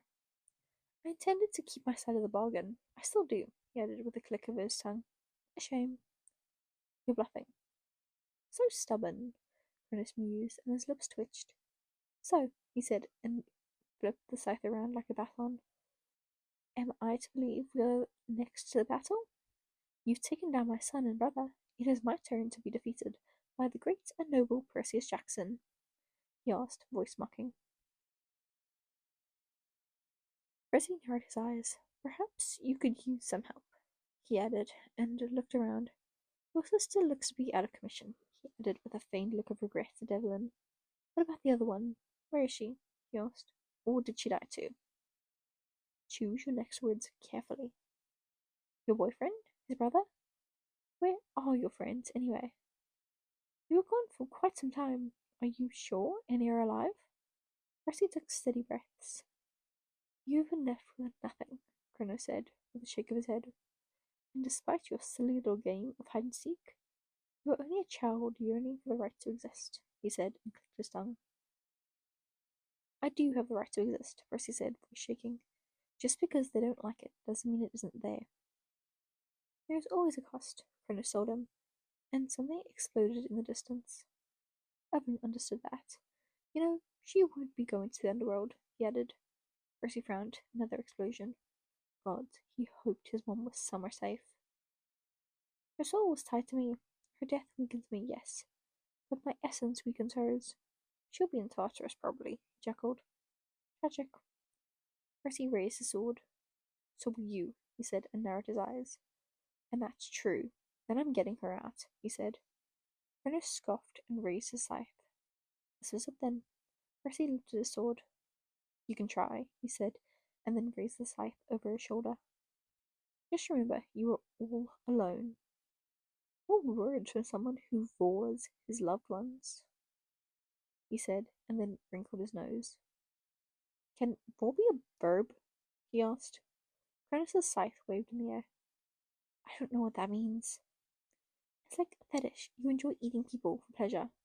It wasn't for pleasure, Cronus spluttered, looking legitimately offended, which was a little funny that this was the first thing Percy had said that actually made an impact.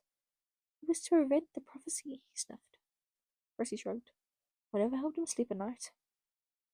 Besides, the word is cannibalism. That is the correct translation. No, this is a new word. I read all the new words, not this one.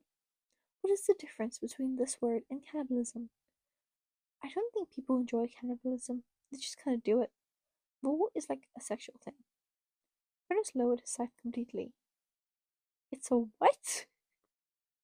Why are you judging? Percy asked. You ate your kids, he said and waited. Best case scenario, Cronus decided he didn't want to rule a world with the word war in it and just gave up. He looked like he kind of wanted to, based on his expression. In the end, he only shook his head. Never mind this, he decided and raised the scythe again. Now we fight. Damn, so close. As he raised Riptide back up again, he took a breath and reached for any focus he still had. Then 3 things happened at once. 1. Nico, Bianca, and Hazel appeared like 3 angels of death in an apocalypse. Bianca was shrouded in silver light as her arrows rained down, while Nico led an army of undead to charge forward. Hazel was doing something wild. She appeared to be teleporting in shrouds of mist, reappearing to strike. 2. Vines curled around Cronus's feet, moving up his legs, as Demeter appeared in armor with her golden hair doused in blood and ichor. A sickle was in each of her hands as she looked up, meeting Cronus's eyes with a burning intensity and was only matched by Hades appearing behind Cronus like a ghost. He had his helmet of darkness on and a Stygian spear in one hand. 3. A lightning strike of lightning appeared from nowhere. Percy thought it might have been Athena, but he couldn't pinpoint exactly where it was coming from. Cronus faltered back. Percy wasn't even sure he was needed. Hello, father, Demeter greeted and tossed a sickle to Hades. He caught it, taking the curve of it under Cronus's chin and jerking his arm back. Cronus roared, but the weapon didn't cut his head off like intended. Ichor spilled from his throat, sending him writhing. Then everything froze. Time stopped, before zipping back a few seconds. Demeter was back with both sickles, and this time when she threw it, Cronus intercepted. Great. Titan of time. Damn, that was unfortunate. Percy dove, aiming to get a good nick in him, but everything around him sped up, leaving him on the ground where Cronus had been seconds earlier. He swore and rolled over. It went on like that for a while. Cronus was clearly outmatched and outnumbered, but each attack was skillfully dodged by time slowing down or speeding up, sometimes stopping altogether. Still, he really must have been weak because each use of his power only lasted a few seconds before they were off again. Another strike of lightning hit. Cronus rewound time and tried to push Bianca where it would hit. Demeter used a vine to yank her out of the way. I could have saved her, Hades growled. Demeter sneered as she struck again. But you didn't. Amazing. They were still arguing, even in the face of, well, this. Nico deflected a hit and stumbled back, swinging his sword around to ready another hit. Percy faltered in his own attack. Nico, Percy yelled, absolutely appalled. Nico turned. It was kind of horrifying. Actually, scratch that kind of part. Nico was covered in blood, gold dust, and something black and gooey. More disturbing was the fact his entire arm was missing. What happened? whilst momentarily just forgetting Cronus altogether. The others seemed to have it under control for the moment. Nico looked at him in bafflement before his mouth parted. "Oh," he said with a glance at his missing arm. "Don't worry, Will said he could reattach it." "But why is it gone?" "Well, before everyone's marks went away, I was starting to feel a little iffy, and I couldn't drink any more centaur blood without dying. I couldn't go to Hera because she was busy, and I was fighting people." He shrugged. "So I just borrowed a sword and blocked it off. It bled a lot, but will help me," he said. And from the rubble, there was a cry of objection. "No!" Will's voice came. He reloaded his gun and aimed it at Cronus. After he blasted an impressive shot aimed at his groin, he continued, "I mean, I did help you, but I said you shouldn't cut it off. I said it would only buy you a little time. I said, Nico, don't cut it off. And you said, I have no choice, and then you did. He was wild. He didn't even scream," he added to Percy before turning to Nico once more. "Definitely had a choice, by the way. So, yeah, Will's going to put it back on. Now that all the marks have disappeared," Nico interrupted. He asked. "Or I can get a metal ribbon on," he whispered and looked at Bill. "If I got Hephaestus to get me a metal ribbon on, would you put that on me?" he asked hopefully. Percy didn't know what to say to any of this. He turned to where Bianca was spitting up blood. "Hey," Nico said suddenly, outraged. "Not my sister," he growled and launched himself back into the thick of things. Will aimed another shot. Cronus roared when a bullet hit his left eye. "Pitiful," Will said, with a shake of his head, and then went back to the demigod on the ground. He was apparently healing. Percy made a sudden promise to himself to never have kids and jumped back into the fight. Oddly enough, fighting Cronus didn't quite feel like battling a titan, even with all the time plays. It kind of just felt like a massive bar fight with a customer who got handsy with the pretty bartender. He had seen that once when Gabe tried to exchange Percy for 3 bottles of vodka. In this case, it looked as if Bianca, Nico, and Hazel were the loyal regulars, while Demeter and Hades were the out-of-towners who knew they could end this whole thing quickly. That probably made Percy the bartender, actually. Maybe he should be pulling his weight a little more. He raised his hands to summon water from the rivers beside him and slammed it down. "It would be nice to have a child of Zeus," Bianca breathed out, as she fell next to him, wiping her brow.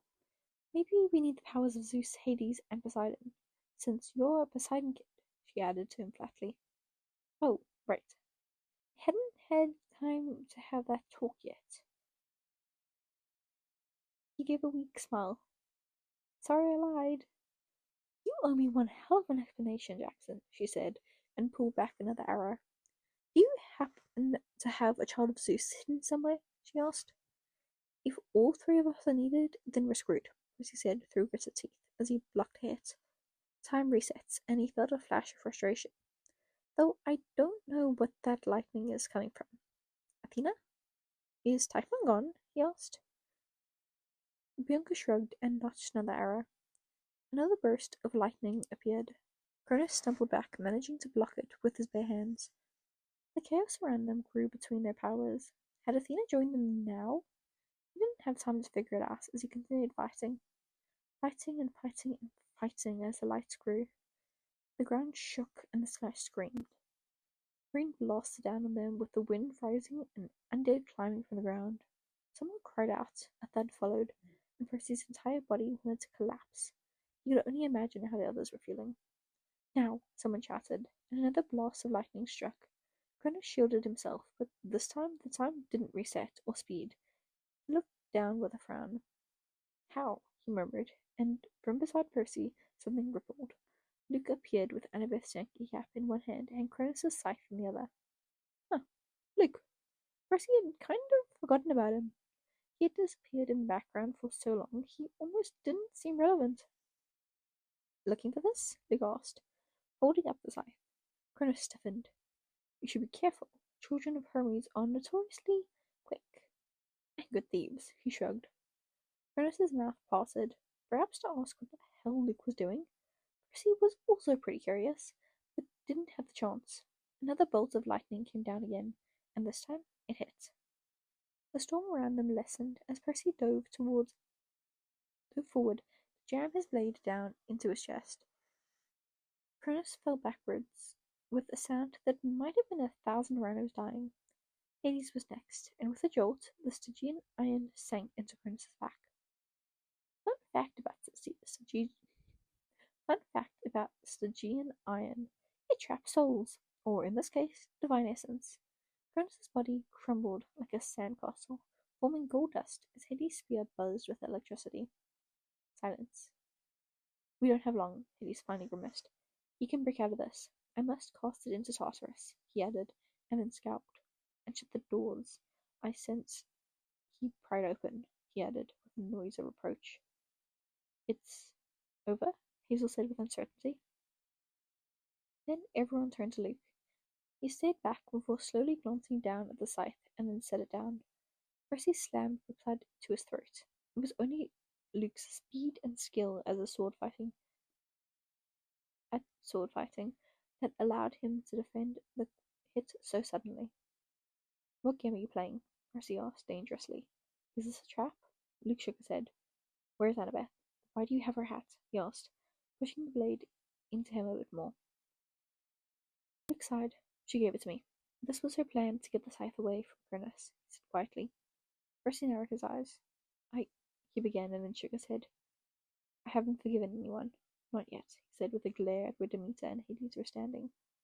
But Annabeth and Thalia were my family. Annabeth is my family. Evelyn was my friend, he said, and his eyes flicked to where her body was still splayed on the rocks, somehow protected from the turmoil around them. Percy suspected his father had something to do with that. If they turned against the Titans, he explained, and then shook his head. Percy lowered the sword slightly. Where is Annabeth? He asked suspiciously. With the mortal girl and Calypso, Luke said. They had some plan to put Atlas on Ogygia after the fighting died down, he explained. Percy hesitated. I already ordered my forces to retreat, he said quietly. Annabeth switching sides was all it took? We were also losing, Luke said dryly. Percy rolled his eyes and lowered his weapon. I didn't know about Hercules, Luke added when Percy turned away to take the scythe. Evelyn never told me. If she had, I might have made different decisions, he said quietly.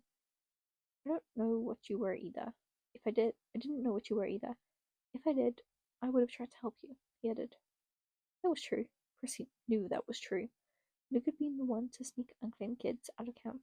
Before Bianca came along, he was really the only solace for Kataras. He turned back to Luke. I believe you, he said. Luke nodded. You aren't the bad guy, he added, and then grimaced as he looked up at where the Empire State Building was still holding strong. But I don't know how much I can help you with your father, he said. Luke sighed. Just get me a semi-decent spot in the fields of punishment, and I'm good to go. I won't let them kill you, Percy added. Luke shrugged. They might have said more, but others were beginning to poke out. Any other monsters or demigods who had been aligned with the Titans were gone.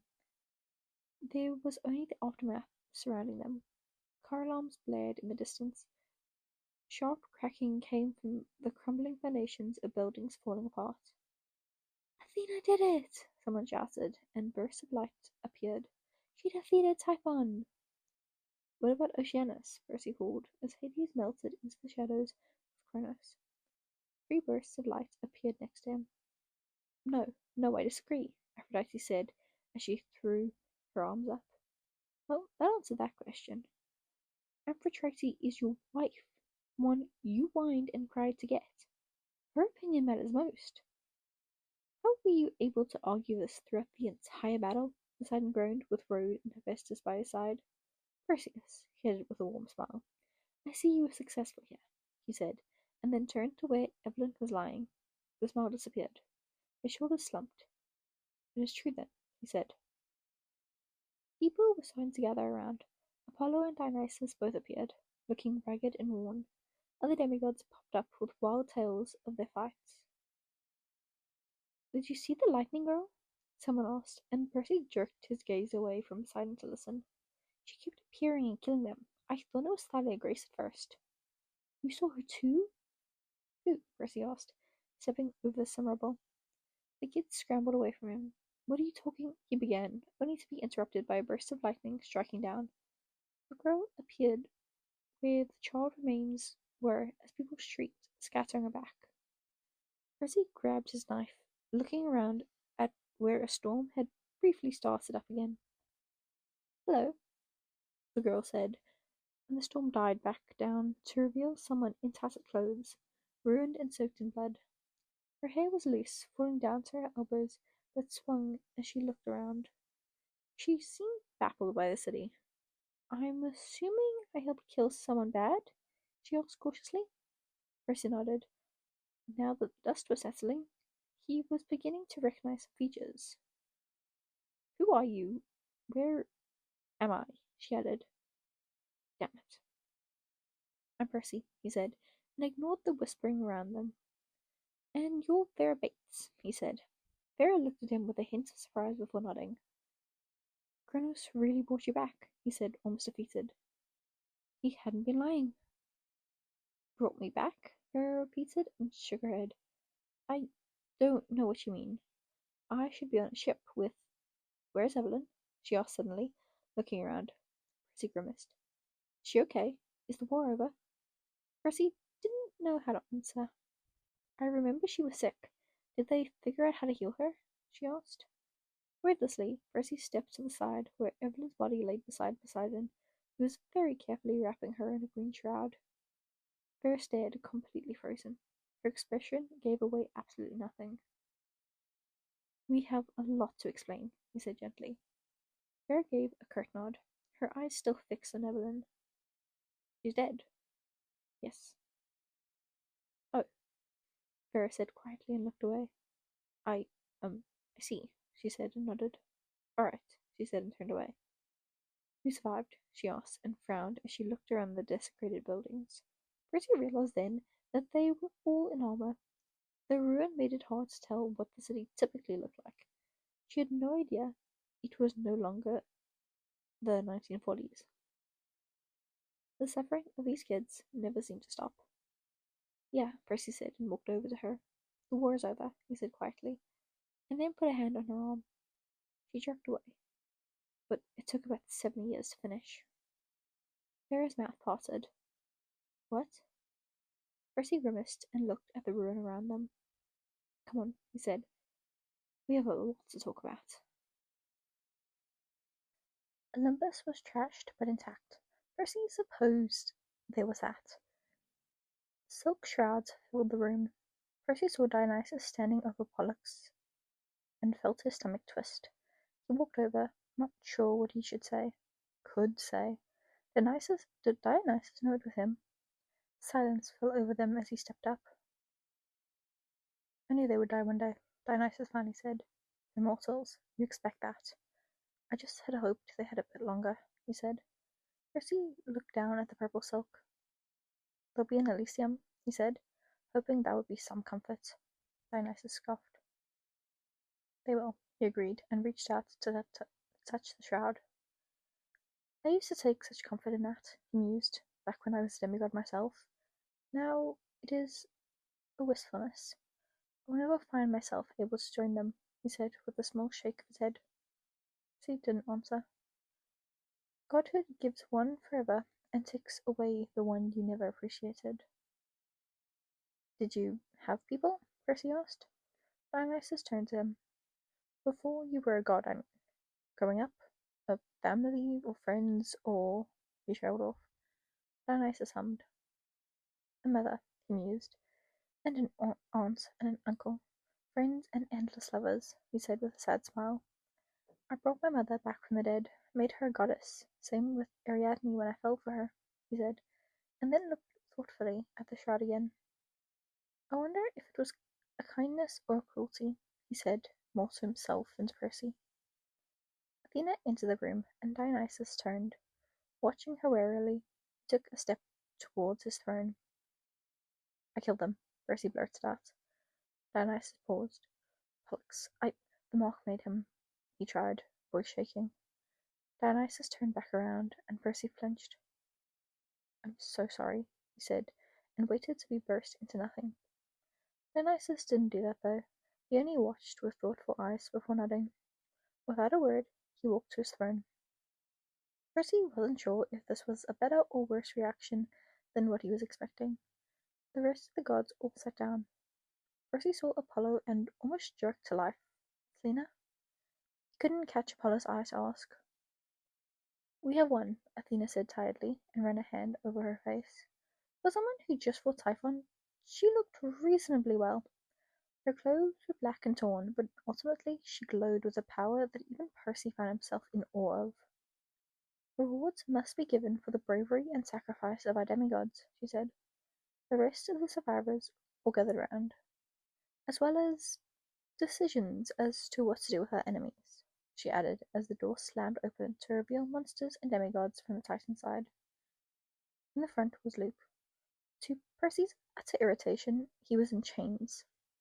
He stepped forward. Lady Athena? He asked. All eyes turned to him. Before we proceed, I think we should address the Titan army. We could kill them, Ares suggested from where he appeared. Still enchained himself, and much more docile. That probably had to do with Clarice, based on how he was grinning at her. Percy shook his head. They only chose the side they did because you gave them little choice in the matter. I think they should be let go. Ares snorted, but Hestia gave a fierce nod of agreement. Hermes looked at Luke thoughtfully. His gaze was met with Luke's chilly glare of disapproval. Not the best move when gunning to not die, but Percy had definitely been in that boat, so he couldn't talk. Very well, Athena said. Percy almost jumped. Oh, that had been pretty easy. Nice. If the demigods who choose the Titan side agree to pledge their loyalty once more to us, then all will be forgiven. You? A boy behind Luke asked. You forgive us? He demanded. You should be asking for our forgiveness, he yelled. The group all murmured. I was a bush for how many years because of your cowardice? Losers don't get to make the rules, Ares said. Athena gave him a sharp look to quiet him. She pursed her lips before looking at who had spoken. And what is your name? She asked. The boy stepped forward. Ethan Nakamura, he said, jutting out his chin, son of Nemesis. Athena folded her hands together. She seemed deep in thought. From beside Luke, another boy was watching with worried eyes, though they quickly turned into something full of malice when he looked to the gods. You were one of the children first freed from the garden, were you not? Athena finally asked. Ethan glared. Very well. What would you like? She asked. Silence met her words. Ethan stared a few times before looking over his shoulder to the other demigods, who all shrugged. Excuse me? I doubt there is suitable compensation for your trauma and time, Athena said, but I do wish to offer you more than an apology. You haven't apologized, the other boy by Luke said. A few people hissed at him. Alabaster! Ignore him, Luke said wisely. He's prone to long monologues if you don't. Alabaster stepped on Luke's foot. Ethan slowly turned back to Athena. You've given us immunity if we pledge our loyalty, he said slowly. Athena nodded. What about our parents? He asked. Athena tilted her head. My mother joined the Titans because of the lack of balance the Olympians had brought to the world, killing and trying to control prophecies, as well as ignoring most minor deities. They deserve more respect. Thrones, cabins, everything you have, he said. Athena nodded slowly. I want all of those things for them alongside their immunity. A big ask, Dionysus said dryly. Ethan shrugged. Is this an Alabaster decision or a council decision? He asked Athena coyly. Athena's eyes fluttered to him. You may vote, she said, and looked at each of them. In favor of adhering to this request? She asked. Hestia's hand shot up. Athena's own hand was also raised alongside Aphrodite's, Hermes, Hades, and Poseidon. After a second, Artemis raised her hand, so did Apollo. A clear majority, Athena decided, and turned to Ethan. Will this placate you? Ethan Nakamura? She asked. Ethan blinked a few times. He looked over his shoulder. Most of them were nodding, but Alabaster in particular was shaking his head. I could ask for more, he frowned, looking a little suspicious. Athena's lips quirked up. You were a bush for many years, she reminded him. Ethan blinked. You have to claim us, he said. Athena nodded. He looked around. 13? Percy suggested. A few people jumped at Percy's presence before stepping back. Apparently, Katara propaganda would remain for a little while longer. Ethan turned dark eyes to him, then shrugged. Yeah, he nodded. By 13. Done. And we don't get turned into plants anymore, Alabaster called. Athena nodded. Or anything else, he said. Athena waited. If we get turned into anything, we get a trial. A trial, Ares said, sounding absolutely disgusted. That's too far. I think, Athena cut in, that you and I should have a follow-up discussion at a later time to figure out how to make amends, she said. Alabaster narrowed his eyes. You are Hecate's son, correct? She asked him. Alabaster nodded. Your mother may also be in attendance if you feel uncomfortable, she said. Alabaster considered this for a moment, and then gave a slow nod of acceptance. Very well. And what of Luke Castellan? Artemis asked calmly. Hermes stiffened. I agreed that immunity should be given, but he was the ringleader in this, was he not? Along with Evelyn Lawrence? She asked. Hermes narrowed his eyes at her. He also had the chance to switch sides earlier, and he did, and helped kill Kronos. Hermes snapped at her. You are not punishing my son. Nothing drastic, Hermes. Artemis shook her head. Merely something productive. Have him serve at court for a period of time so we may monitor him. At court? Luke asked, and then blanched. You mean live on Olympus? He asked, and shook his head. Kill me instead. Luke, Elizabeth chided. Luke seemed adamant on this, though. Artemis gave a knowing nod.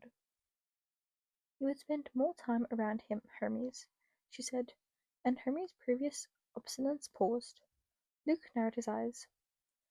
Zeus's rules are no longer in place as of right now. Meddling in human affairs is currently allowed, she said. Luke pinned her with the coldest look humanly possible. How long? Hermes asked. Luke looked up at the ceiling. Be kind, Hestia frowned at them. He meant well. I say a month. A month? Hardly a lesson, Hephaestus frowned. 5 years. Make him immortal, Hades said with a nod, and then he can do it forever, and I won't have to worry about his soul coming down to the underworld. 1 year, Hera said, voice brooking no argument. Athena glanced at her and nodded. 1 year sounds right, Athena said, and Luke made a face. You may serve as an assistant to your father for that time, she said. Ethan put a hand on Luke's shoulder, possibly to keep him from throwing himself off the side of the mountain. Any objections? She asked. Luke raised his hand. From anyone other than you? She asked. Luke nudged Alabaster, who then raised his hand. Athena looked at him for a long time. Sorry, Luke, Alabaster said, and put his hand back down. I'll talk to her about it later, he whispered. Athena sighed, turning back to everyone else. Next, she said, we must discuss the fate of my father, she said, and waved her hand. Bring him in. Percy almost jumped as the door squeaked open. There was the clanking of chains, led in by several minor deities who seemed shell-shocked at who was behind them. The room all turned at once to get a better look as they moved to the side to reveal a newly transformed Zeus. Percy curiously watched as he fought against his restraints, only to instead glower and mutter threats under his breath. Zeus was... well, he was mortal. He looked to be in his 30s, with dark hair and blue eyes that still remained similar to most of his demigods. Vera slid up beside Percy to look at him curiously. He had told her what happened, but he was sure that it was still surreal to see it all in front of her like this. Zeus glowered at the crowd, jerking against the chains. Look at how you prevailed, he greeted coldly. Was the price worth it? He asked. Percy felt his temper spike, as if Zeus would have prevented anyone here from dying, as if he would even care. It was the price you paid, Vera spoke up from beside him. Zeus whipped around, his eyes widened marginally, mouth parting. All this blood you spilled was yours. she said, ignoring the small gasps from people who recognized her and mutters from people who didn't. Athena tapped her fingers on the arm of her throne. There only looked at her father. Her eyes were hard and unforgiving.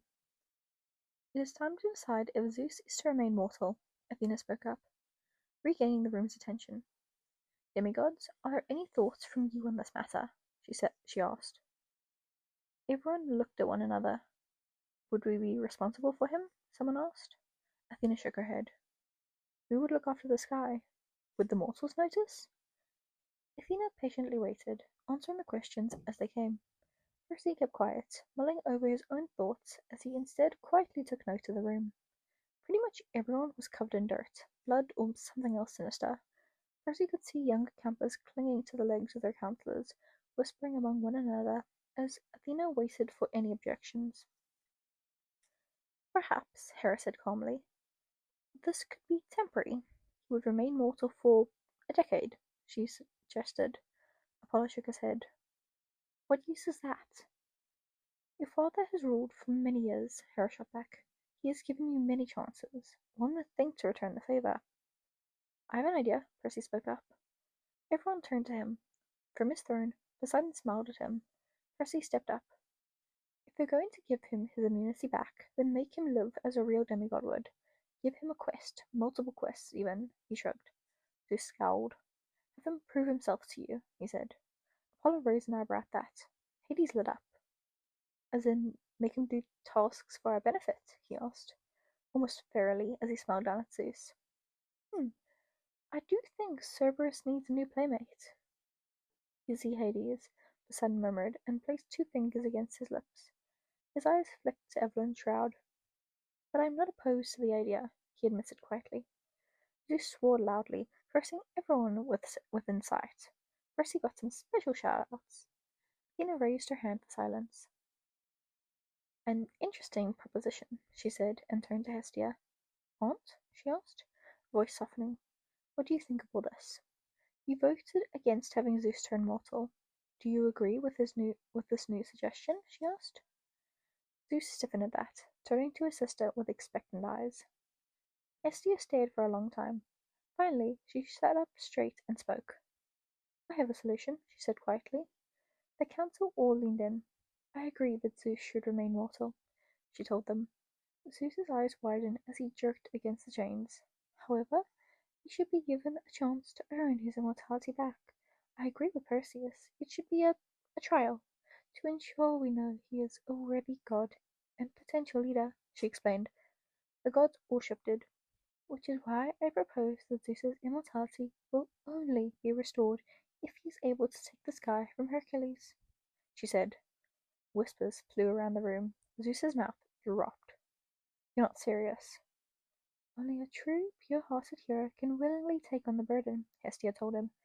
If you can lift the sky, then we know you are once again worthy. And who will take this burden from me once my immortality is gained? Zeus asked loudly. Or do you plan to leave me there so you may continue your rule of usurpation? He demanded. Maybe make him younger, Hades suggested, ignoring him completely. If he is truly to understand a hero's plight, then perhaps he should reflect their age, no? He asked innocently. We could call Hebe? There was a low murmur. We will arrange for the details to be planned, Athena said reasonably. There is much to discuss. I doubt we would leave you to hold up the sky for very long, she assured him. Percy didn't think Zeus looked too confident of that. Call Hebe, she added to a couple of nymphs. And what about you? Percy called.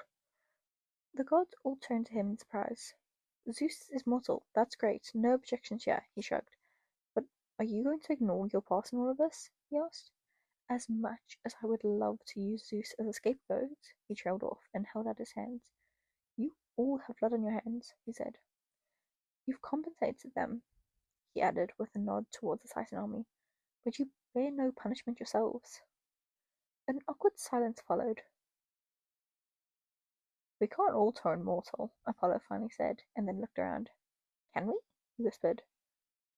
Mr. Jackson, Hephaestus spoke evenly. We appreciate everything you've done during this war. There had been a lot of sacrifice, as of recent, he added, voice going a bit more gentle towards the end. Percy narrowed his eyes.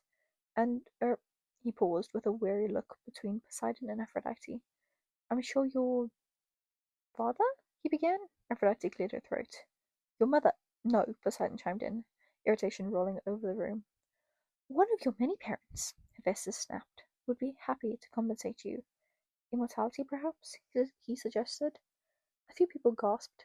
Hera made a face at the suggestion, but there were no objections as Athena gave a slight nod of approval. Ha! As if. Percy looked where Dionysus was grimacing. He thought back to their earlier talk and felt anything that could vaguely resemble temptation squashed. No, not with so many dead loved ones. Never. I don't want compensation, Percy told them, grinding his teeth a little at the suggestion. I want assurance that you can't just go around doing whatever you want anymore. We're not toys. You don't get to kill us when you want, or dispose of us when you're done.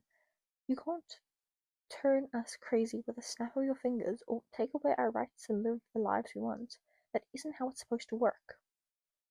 I would argue that's exactly how it should work, Hera said. We are God's child, she told him. Percy probably should have watched his temper, but the next words were out of his mouth before he could think better of them. Funny.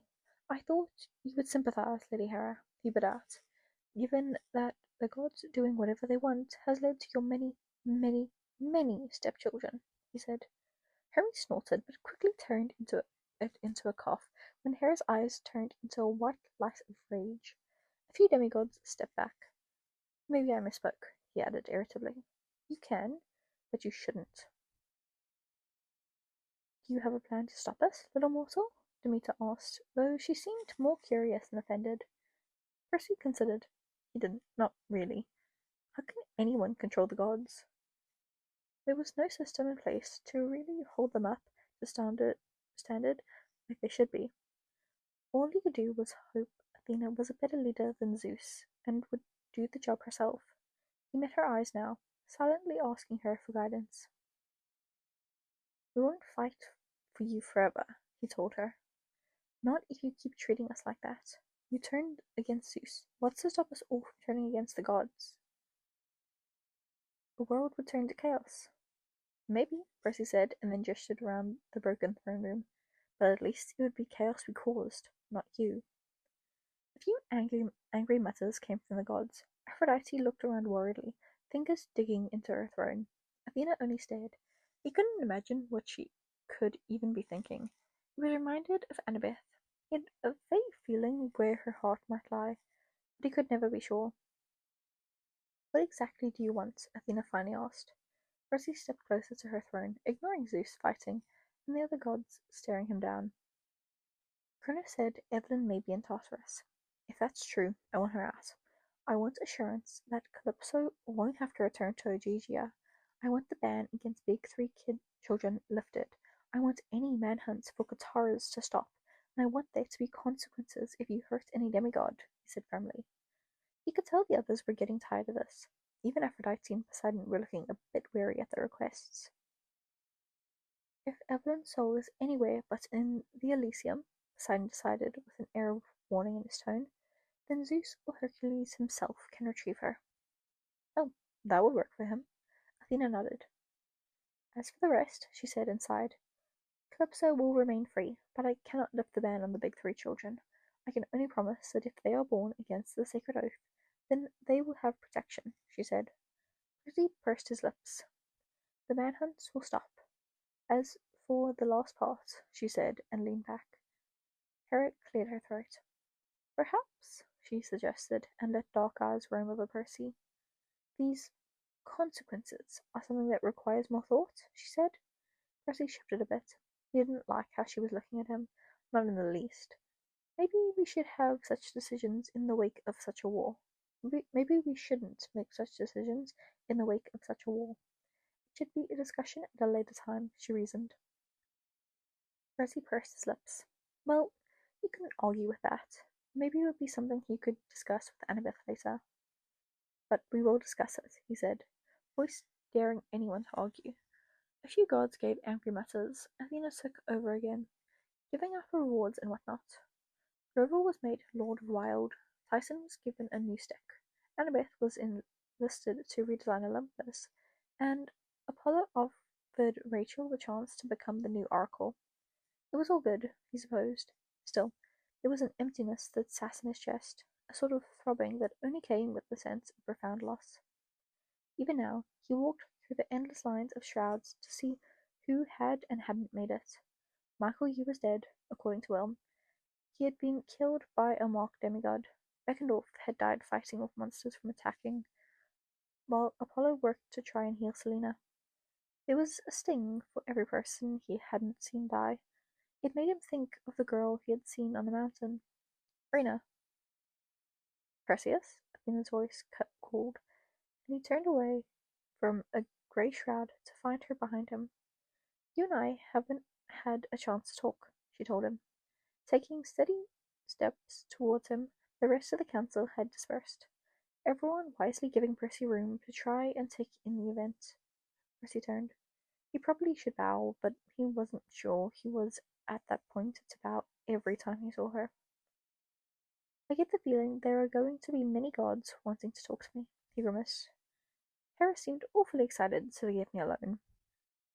Be careful, she warned him. Gods won't like the idea of a demigod putting a god in their place, she said, and walked over to him. Percy didn't answer. After a minute, she scoffed. Son of Poseidon, she muttered and shook her head. I knew it was something, but I would have never guessed Poseidon. I should have, though. My dislike for your father blinded me for thinking he could actually have a clever child. Are you going to hold it against me? He asked her. Athena looked at him with a subtle hint of a smile. I dislike being tricked. Your con went on much longer than mine, Percy told her and shook his head. My story kept falling apart every time I turned around. I don't know how you managed to keep Zeus in the dark about you for so long, he said. Athena didn't give him an explanation. She looked at him, clearly torn between annoyance and being impressed. Why Aphrodite? She asked. Percy looked at his head. Surely there were better options. Hermes, perhaps? She suggested. Percy laughed. But you chose love, she said, slowly and almost distastefully. Why her? I didn't choose her, Percy said. She seems to think I did, but I didn't, he said inside. Yes, she didn't choose me either. Selena did. He sighed and closed his eyes. It is her you should be admiring. She was the smartest person I ever met. I only hope I made her proud today, he said, wringing his hands. Athena scoffed. Demeter and Aphrodite, perhaps goddesses who should not be as dismissed as they are, she said, and held out her hand. So the Master Bolts appeared.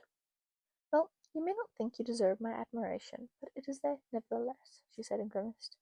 As much as I loathe this game you've been playing in making me feel a fool, for my throne and your intelligence, I will respect your decisions, she told him with a slight roll of her head.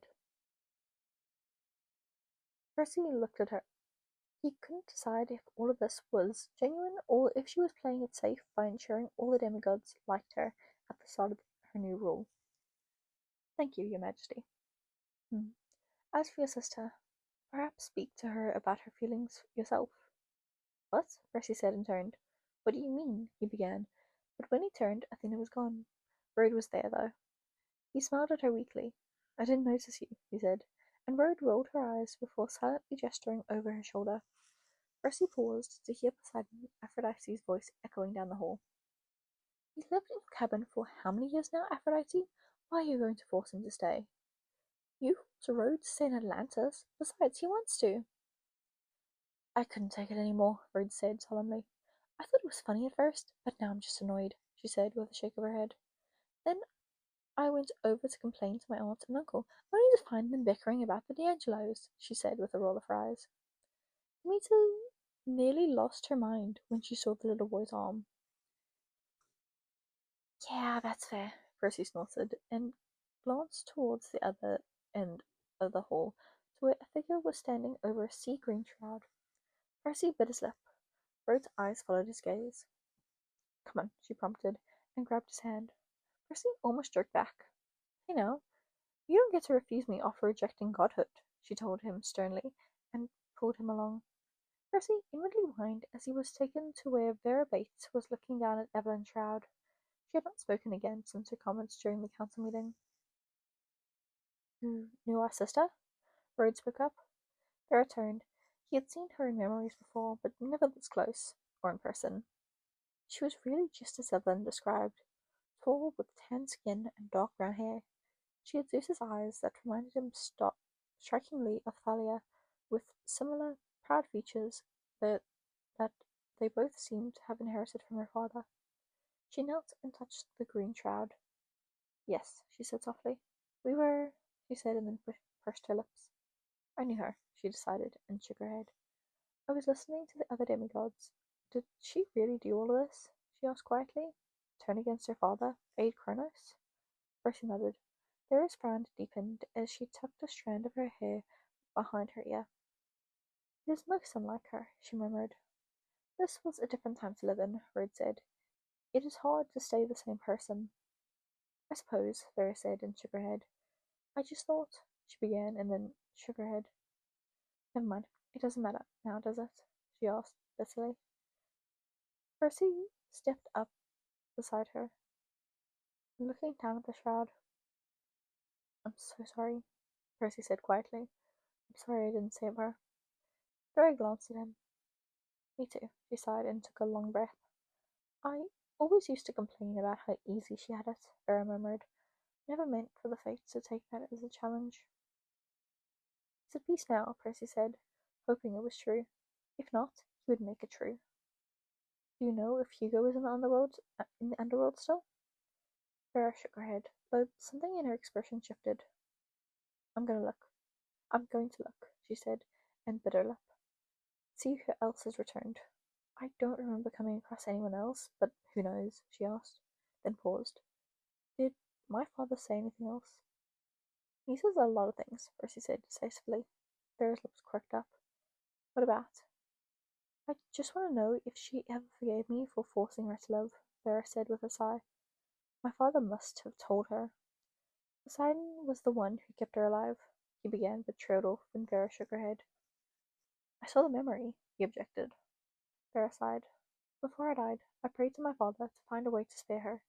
I figured he would do it covertly.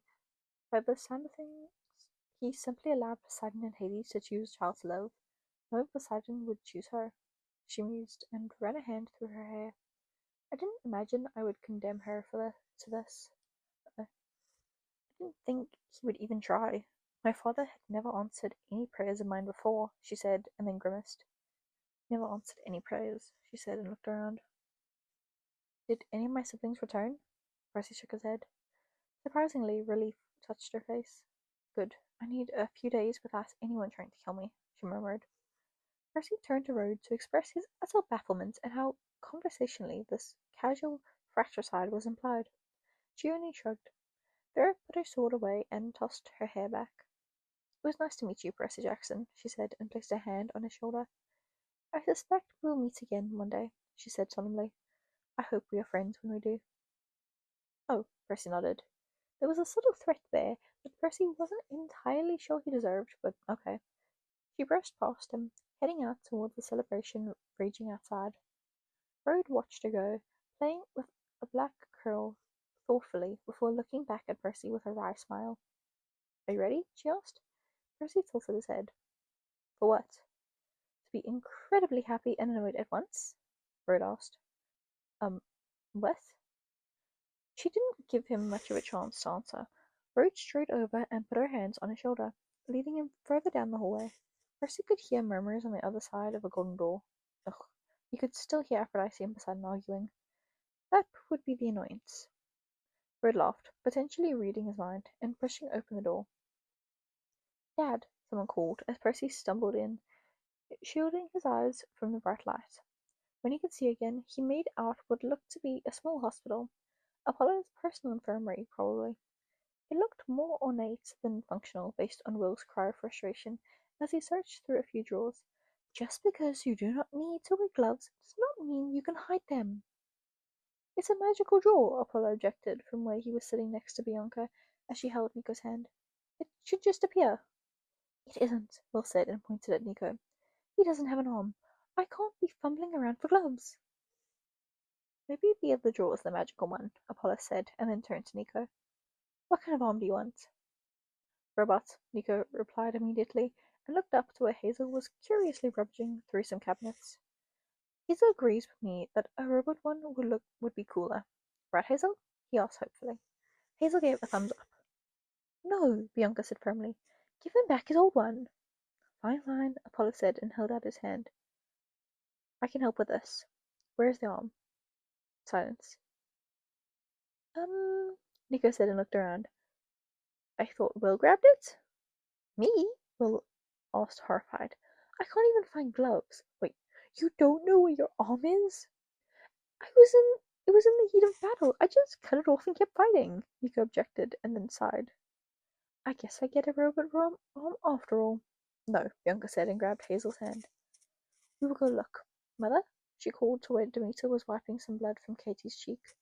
Would you help us find Nico's arm? She asked, giving Percy a small smile when their eyes locked. He returned it weakly. Demeter spun around. He lost it? She asked and threw up her hands. Hades! This is not a suitable environment for healing, someone said, and Percy gasped, spinning around. Rude snorted. Directly behind him was Aphrodite, swinging over an injured Valentina, as Mitchell told Lacey a very censored retelling of the war, while Troy and Sam went around handing candy out to the wounded. Sam would probably cheer everyone up in their own special way as well. Drew was sitting on the edge, complaining loudly about something, but none of that mattered. All that mattered was the person in the bed they were surrounding. Selena, he cried, and practically shoved Jamie out of the way to get to her. Selena grinned up at him. You're alive. I thought for sure, he began and then froze. The relief was quickly spreading to outright fury. What were you thinking? He shouted at her, making everyone jump. You just go around doing dumb stuff now? As if I don't already do that, he yelled. Selena raised an eyebrow at him. I'm sorry for yelling, he added, though he yelled it with the same amount of aggression as he did before. I had to. No, Percy shook his head and pointed at her. No, you didn't. Nope, nope. If you had died, I would have never forgiven you, he added, and shoved her slightly so he could also climb into bed. Selena sighed but moved over before putting her head on his shoulder. Stupid, he mumbled. Selena propped her chin on him. I did say back when you were 12 that I would protect you. I followed through on that promise, she pointed out. Percy glared at her. Also, I'm alive, so can you forgive me now? Percy paused. Just this once, he said, and put his arm around her. You're on thin ice, though. What a change of pace, Selena yawned. Give it a few days. You'll be on thin ice with me again, she said. Percy scoffed, but let himself feel the relief settle through him. He owed Apollo 1,000 offerings. From beside the bed, Aphrodite smiled at them both, brushing over Selena's hair. Selena stiffened at the action. Slowly, she turned to look at her mum. I'm sorry, she said quietly. Aphrodite tilted her head. For turning against you. I was angry with everyone who disappeared, and the gods, and you, and just... Aphrodite lowered her hand. No, she said and grimaced. I cannot blame you for turning away from me. I have not been pleasant. I didn't think I needed to be. You always seemed so... she began, and when Selena looked away, sighed. I suppose it doesn't matter. I should have been there all the same, she mused, and Selena smiled weakly. I should thank you, actually. Thank me? For raising my children, Aphrodite said, and gestured around the bed. I'm sorry such a burden fell on you. Being an older sibling is no easy feat. You did better than I could ever hope. She leaned over to kiss Selena's temple. But I think Perseus has proved we can all do better. So just rest for now, she said, and then chuckled. You need it for when Piper comes. Piper? Drew asked, looking up. What a horrible name. Drew, be nice, Selena yawned. It was Piper. I like the name Piper, Lacey said dreamily. It's really pretty. Don't worry about it quite yet, Aphrodite told them, amused. Let's just... Oh, no. She cut herself off. Percy grinned. Tyson had appeared, giving a bright yell when he saw Percy. Poseidon. Hello, my boy, Poseidon greeted as Tyson rushed over to crush Percy into a hug. He held up an arm to shield Selena from becoming collateral damage. Great news! I just spoke to your mother, and she said she'd be fine with you visiting Atlantis for the summer. I agree to no such thing. I spoke to Sally Jackson. Maureen shook her head. This is your life now, she told Percy solemnly, and patted his shoulder. I am so sorry. Sally is currently in the midst of pregnancy hormones. She probably didn't even know what you were talking about. Okay, Percy cut in. I would actually like to see my mom, because this is the second time you've referenced her being pregnant, and I need an explanation for that, he said. Aphrodite blinked at him a few times. Is it yours? He asked, fearing the answer. Oh, she said, and looked at Poseidon, who shrugged. Well, okay, she frowned and sat down again. Well, you see, your mother and I have been growing closer, and when people grow close in that way— Not that explanation, Percy said quickly. No, not that explanation. Never that explanation. You might need that explanation, she said helpfully, and patted Percy's leg. He's been spending time with that Athena girl. You might think that sort of birthing process is normal, she said. Percy hated her. From across the room, Annabeth perked up at the mention of Athena. She and Rachel were currently in deep conversation with Apollo about something or another. Percy fixed her with a pleading look, and Annabeth grinned at him. Percy, she called, we need your opinion on something. Can you come here for a second? And escape. Percy stuck his tongue out at Drew before untangling himself from Selena. You leaving me? Selena asked with a fake gasp. Percy patted her leg. You're a coward, she called when he bounded over to where Rachel and Annabeth were waiting. He grabbed Tyson to tug him along with him. I'm going to remember this, Perseus Jackson, she yelled. Percy laughed and collapsed onto one of the empty beds. Not that there were many. The war was over. A new council was put in place.